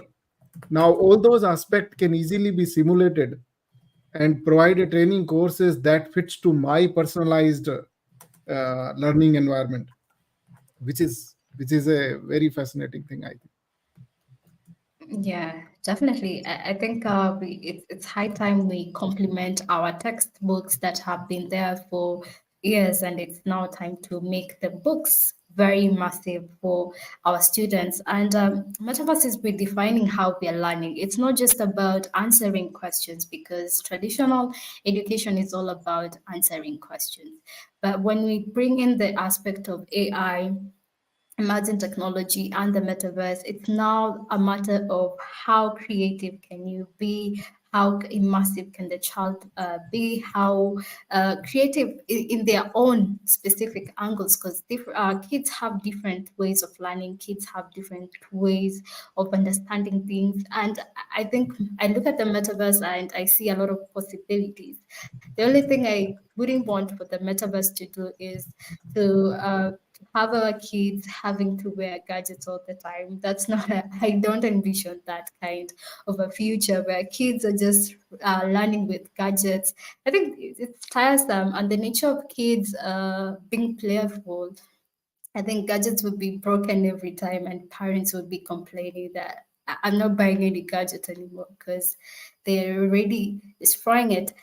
We only have much time, and I would want to hear closing remarks for each one of you. And I will start with you, May. Please be brief. Sorry, I just missed the last part. I had some issues here. Can you just repeat, please? Yeah, we are here heading to the closing remarks. Any other additional thing that you would like to say before we end the session?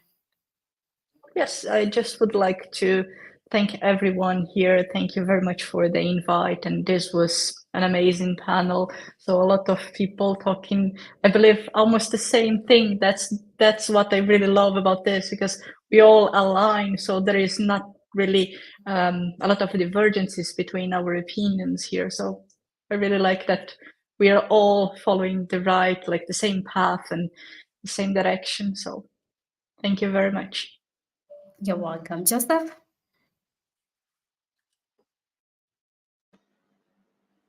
I am grateful for the opportunity, and what I can say is that we need to continue with such discussions for the government, private sector, communities. Such discussions should continue, and also there should be quality control checks in terms of asking the right questions. We should not just leave the big companies to push for the new technologies, but each one of us have to ask questions, be it parents in schools, the administrators, the common people on the streets. All of us need to participate so that the technologies benefit all of us. Otherwise, thanks. I'm grateful for meeting you. Wow, thank you. That is a very strong remark.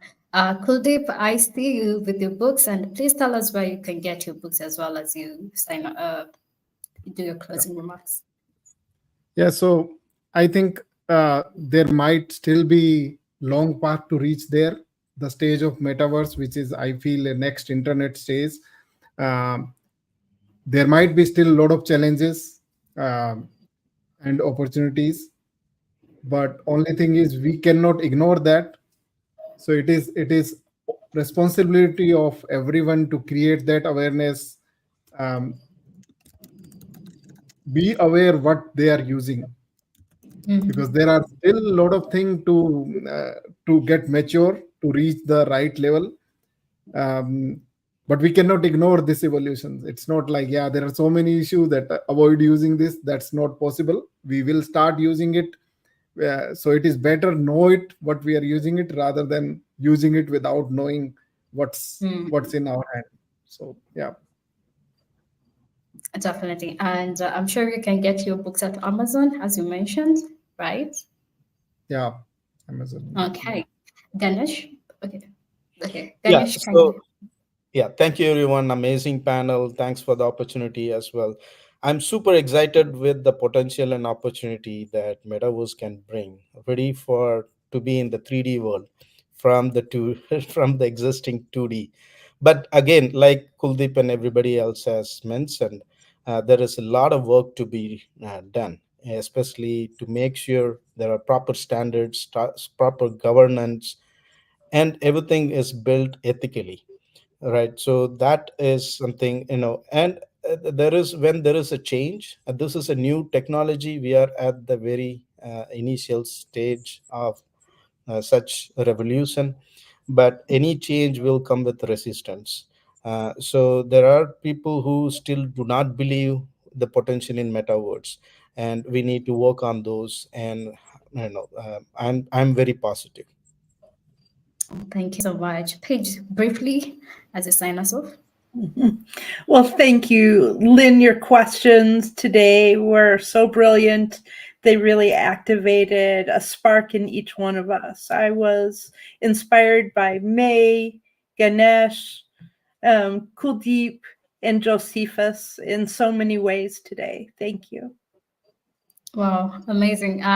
We are GatherVerse. This is what we do best. We bring people together. Our audience, thank you for the engagement. And please feel free to engage with our panelists. We have their LinkedIn and their social media handles there. Our GatherVerse as well. Over to you, Christopher. Thank you so much.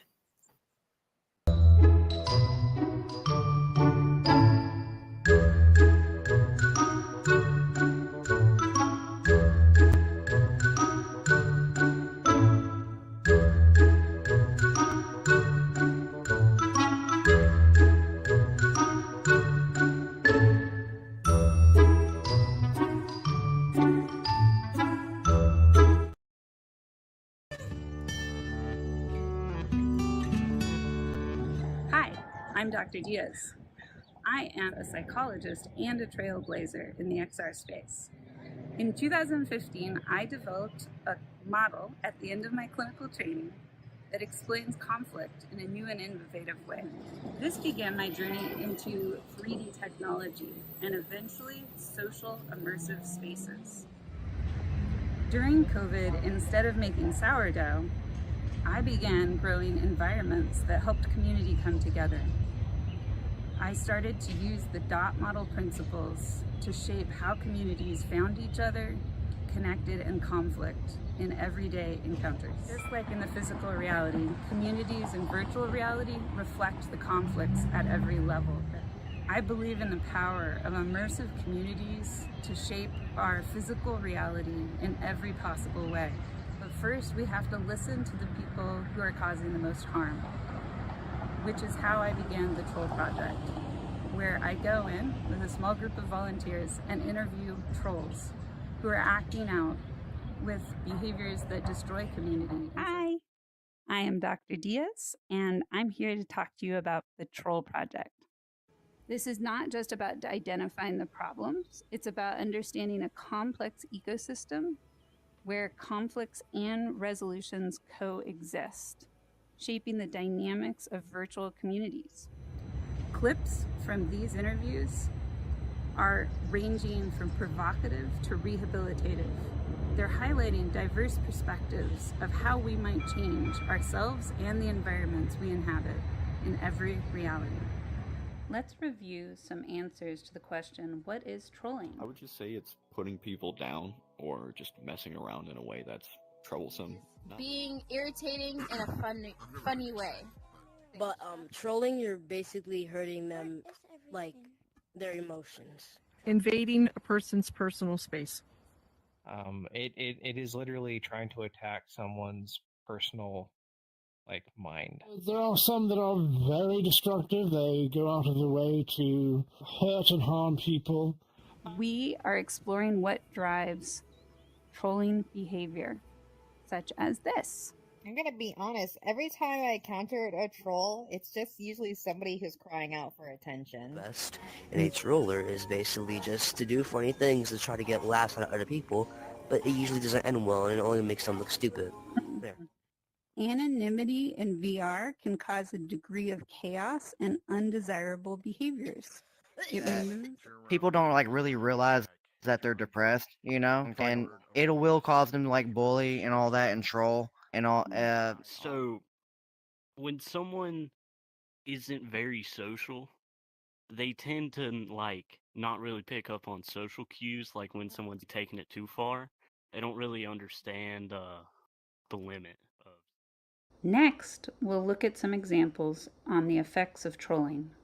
Did you know that women and marginalized identities have a much harder time in immersive social spaces due to targeting? Just seeing a person go through the same situation that you went through, even if it's on a small dose, is like a weird comfort because now you know it's not just you. What do you wish trolls knew about what they were doing? How would you like to feel what you do to us? You know what I'm saying? I mean, if you experience pain throughout your life, I'm sorry. I'm really sorry. But if you could make your life better, you would stop trolling people. Harassment in VR isn't just an attack on a virtual avatar. It can be a profound invasion on the personal space and something the brain perceives as painfully real. I was in venues and that person followed me. Basically, VR groped. And I was like, oh, excuse me, that's inappropriate. Can you please get out of my space? Very kindly asked them. And they kept at it and kept at it. I didn't know about my safety tools. I learned about my safety tools, and now I use them when I have to. This project has expanded. Now we're talking with community leaders, moderators, even developers about what trolling is and what are other solutions than blocking and banning to solve for it.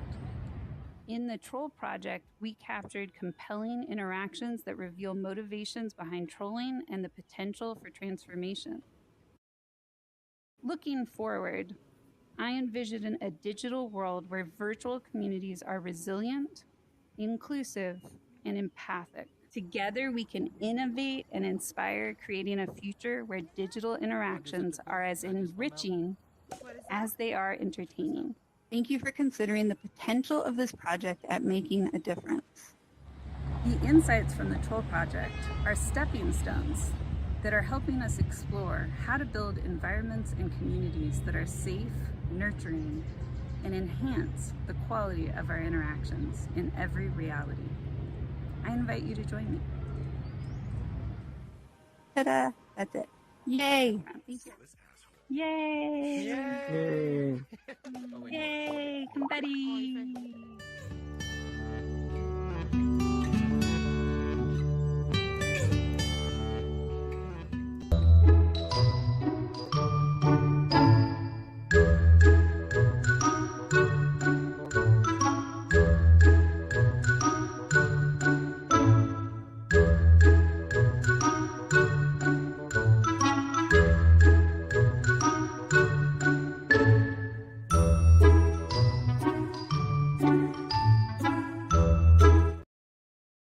It's a pleasure to welcome you on GatherVerse, dear colleagues and pioneers of the digital age. My name is Yaroslav, and today I will share with you modern approaches to marketing within the immersive worlds. As we move deeper into the digital age, traditional marketing platforms are increasingly being supplemented, modified, or even replaced by the immersive environments. Metaverse, digital worlds, and various augmented reality applications offer rich ground for innovative marketing strategies that resonate with the digital natives. First of all, before we get to the case studies, let's analyze the main types of marketing tools that brands use. So let's start with the classic tool, integrated advertising. This tool provides the integration of advertising content directly into the gameplay or virtual environment. For example, through digital billboards or interactive posters. The method ensures that the ads complement the virtual landscape without disrupting the user's immersion. Already, many have started calling it virtual digital out of home. Another tool that has successfully migrated from the classic marketing is a product placement. Products are embedded in the story of an environment or VR 3D games. For example, characters can use or interact with branded items, improving visibility and brand commitment. The next tool is interactive ad campaigns. Brands create challenges or quests in the game, encouraging users to interact with their products or services. This method not only increases engagement, but also enhances the memorability of the brand experience. Now let's move on to sponsored events. Virtual concerts, trade shows, and shopping events are becoming increasingly popular. These events provide unique opportunities for brands to engage with large audience through, through exclusive content and brand experiences. And of course, brands can create virtual outlets where users can explore and purchase products. This strategy transforms traditional shopping into an immersive digital experience. Another tool that opens up a wide range of opportunities for brands is augmented advertising. The cutting-edge approach uses augmented reality technology to overlay digital advertising elements on the real world, creating a hybrid experience that mesmerizes users' senses and enhances their engagement. Well, now that we have understood all the basic marketing approaches and mechanics, let's move on the case studies. We start with a Gucci garden in Roblox. This campaign was a breakthrough in Roblox, creating a variety of themed rooms that paid homage to different Gucci campaigns. Visitors interacting with these spaces saw their avatars transform, absorbing elements from each room.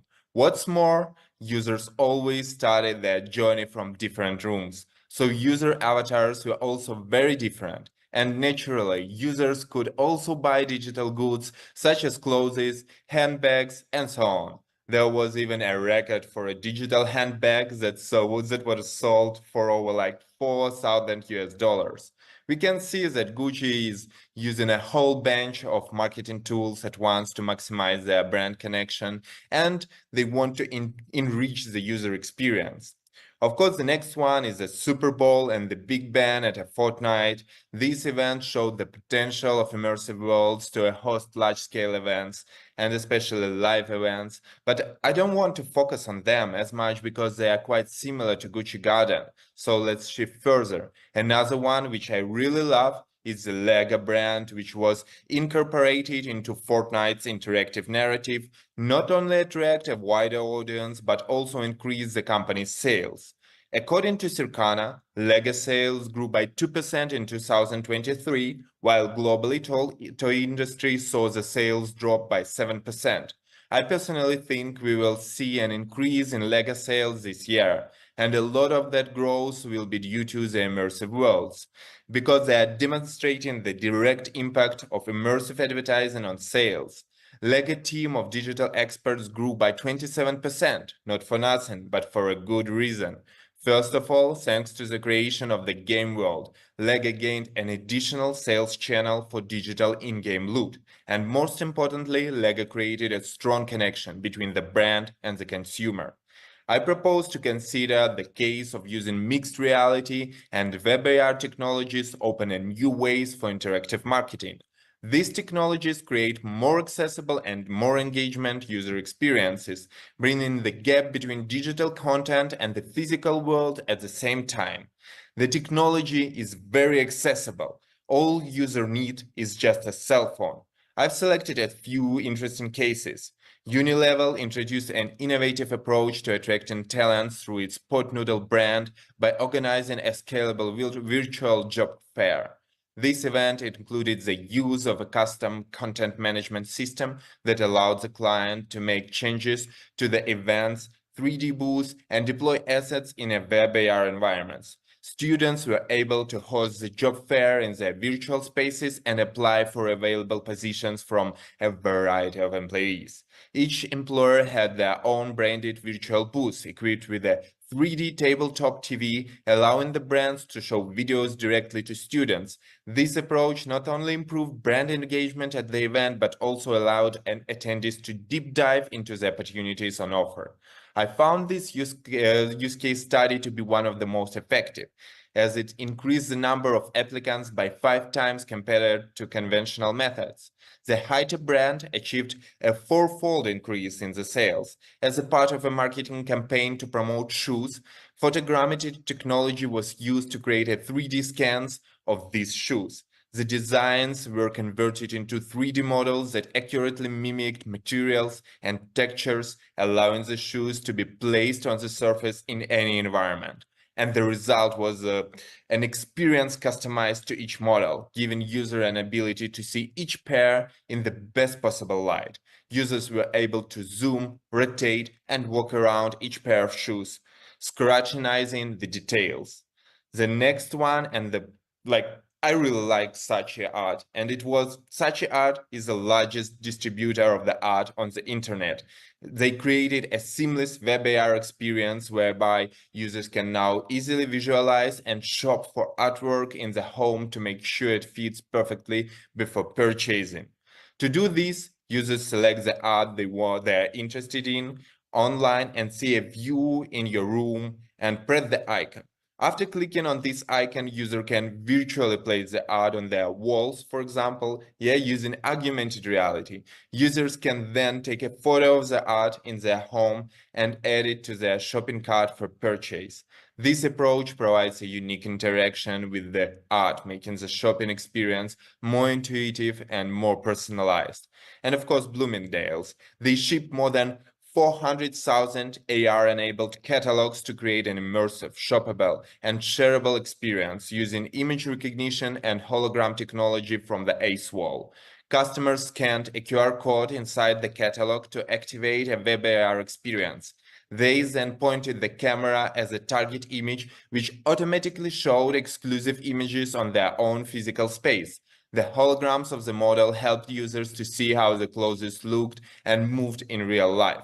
As we continue to explore the digital landscapes, I'm convinced that the future of marketing in immersive world seems limitless. Not only to do this technology allows us to interact with the consumers in more meaningful ways, but they also provide great opportunities to create memorable brand experiences that drive engagement, that drive sales, and of course, I would like to thank you all for your attention. Let's continue to pave the way for creativity and innovation in our marketing endeavors. Thank you very much.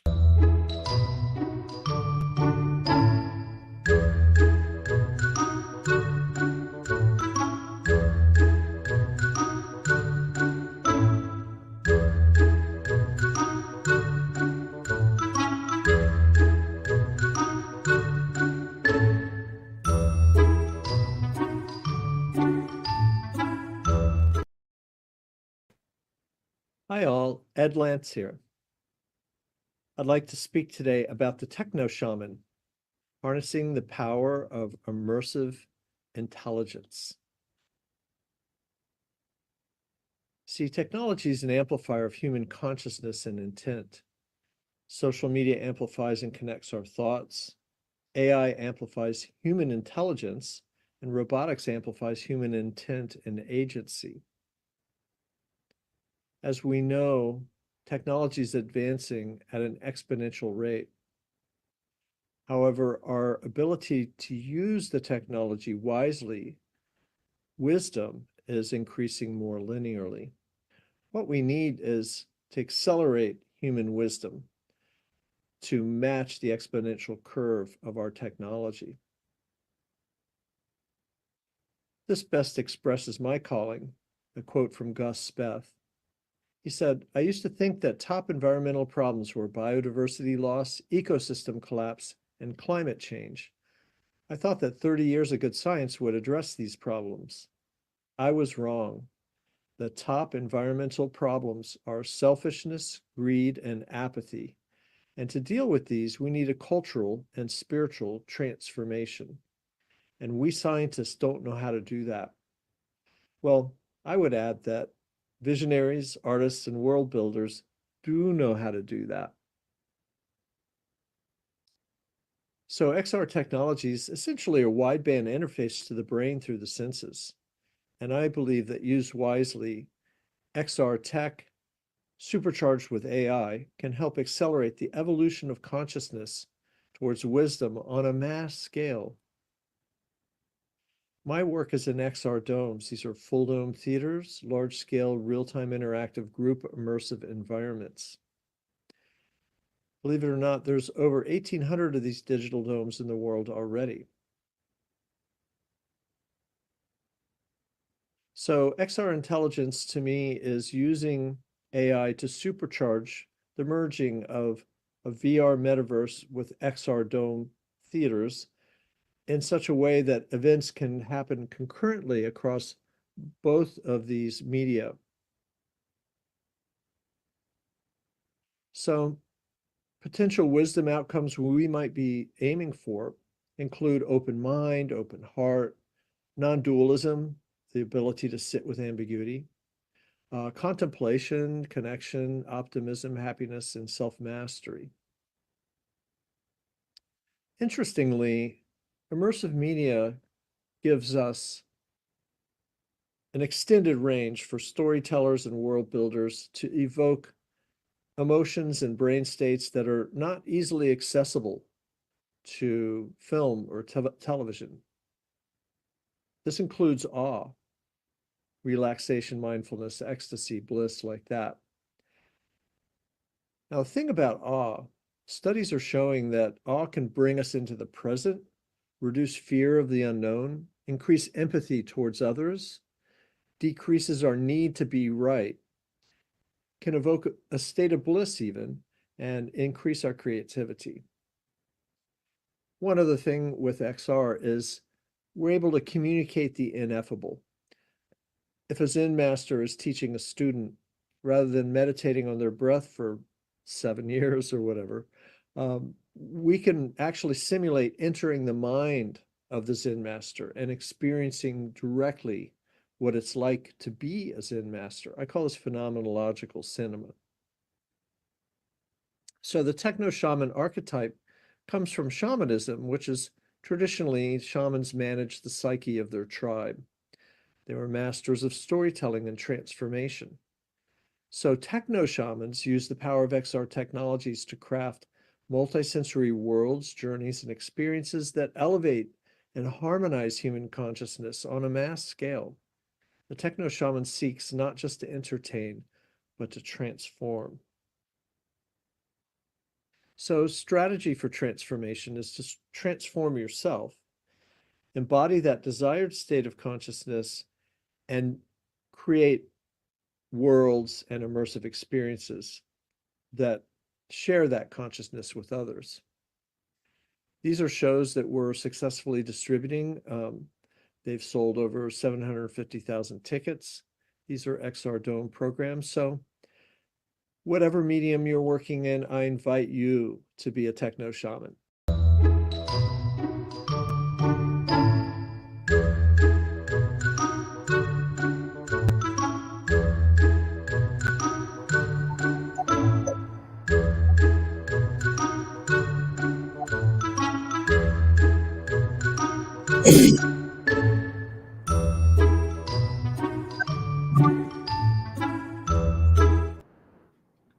That's it. We're done. Who will you share this with? Who will you tell of what you've experienced and witnessed these past 2 days? GatherVerse comes together at the intersection of humanity and emerging technologies. We gather people from around the world, across the Americas, Europe, Asia, Africa, Oceania, and elsewhere.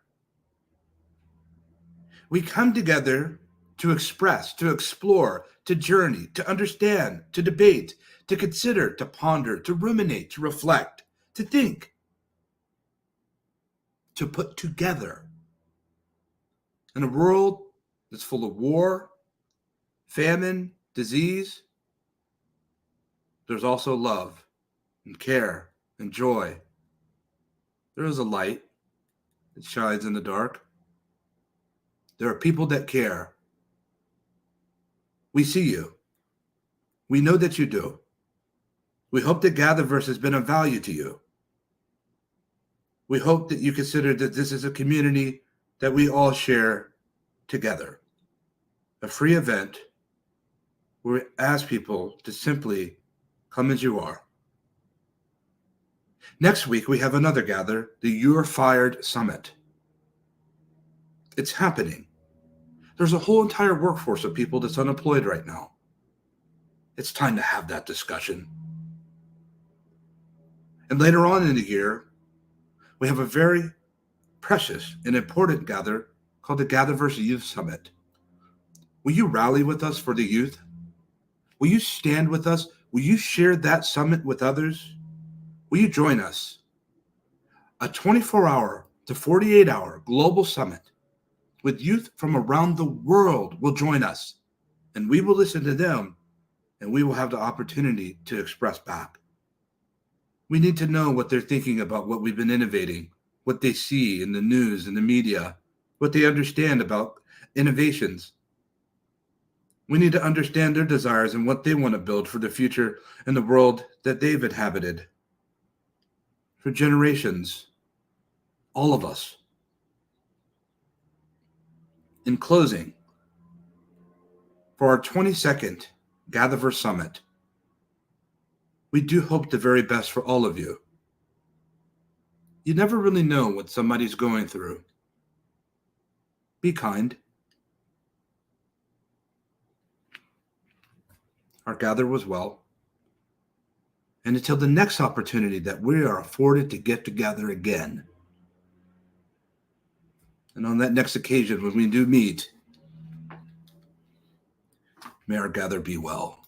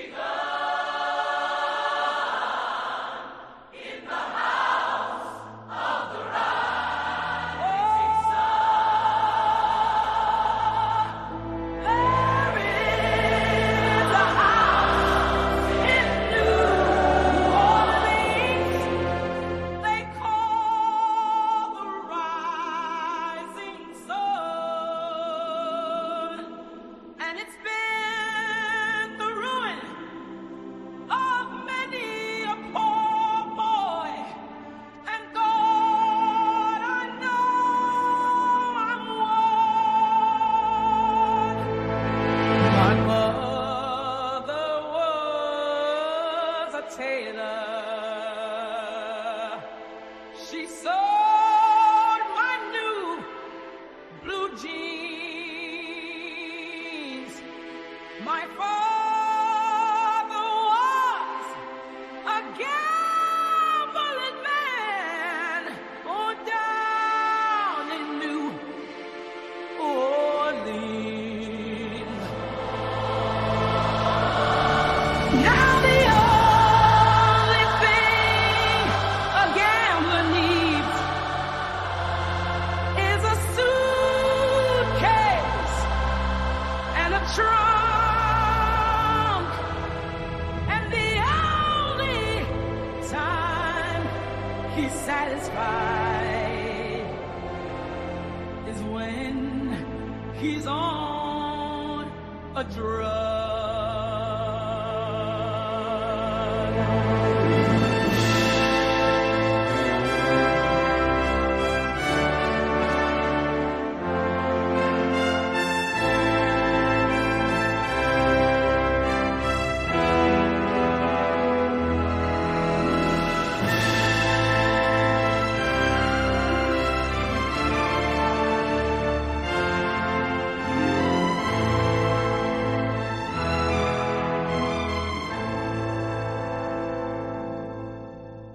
Oh, mothers, tell your children not to do what I have done. Spend your lives in sin and misery in the house of the rising sun.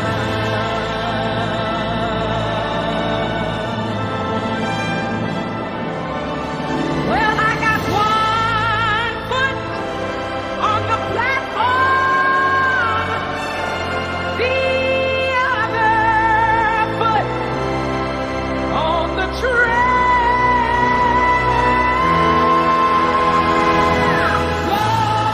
Going back to New Orleans to wear that ball and chain.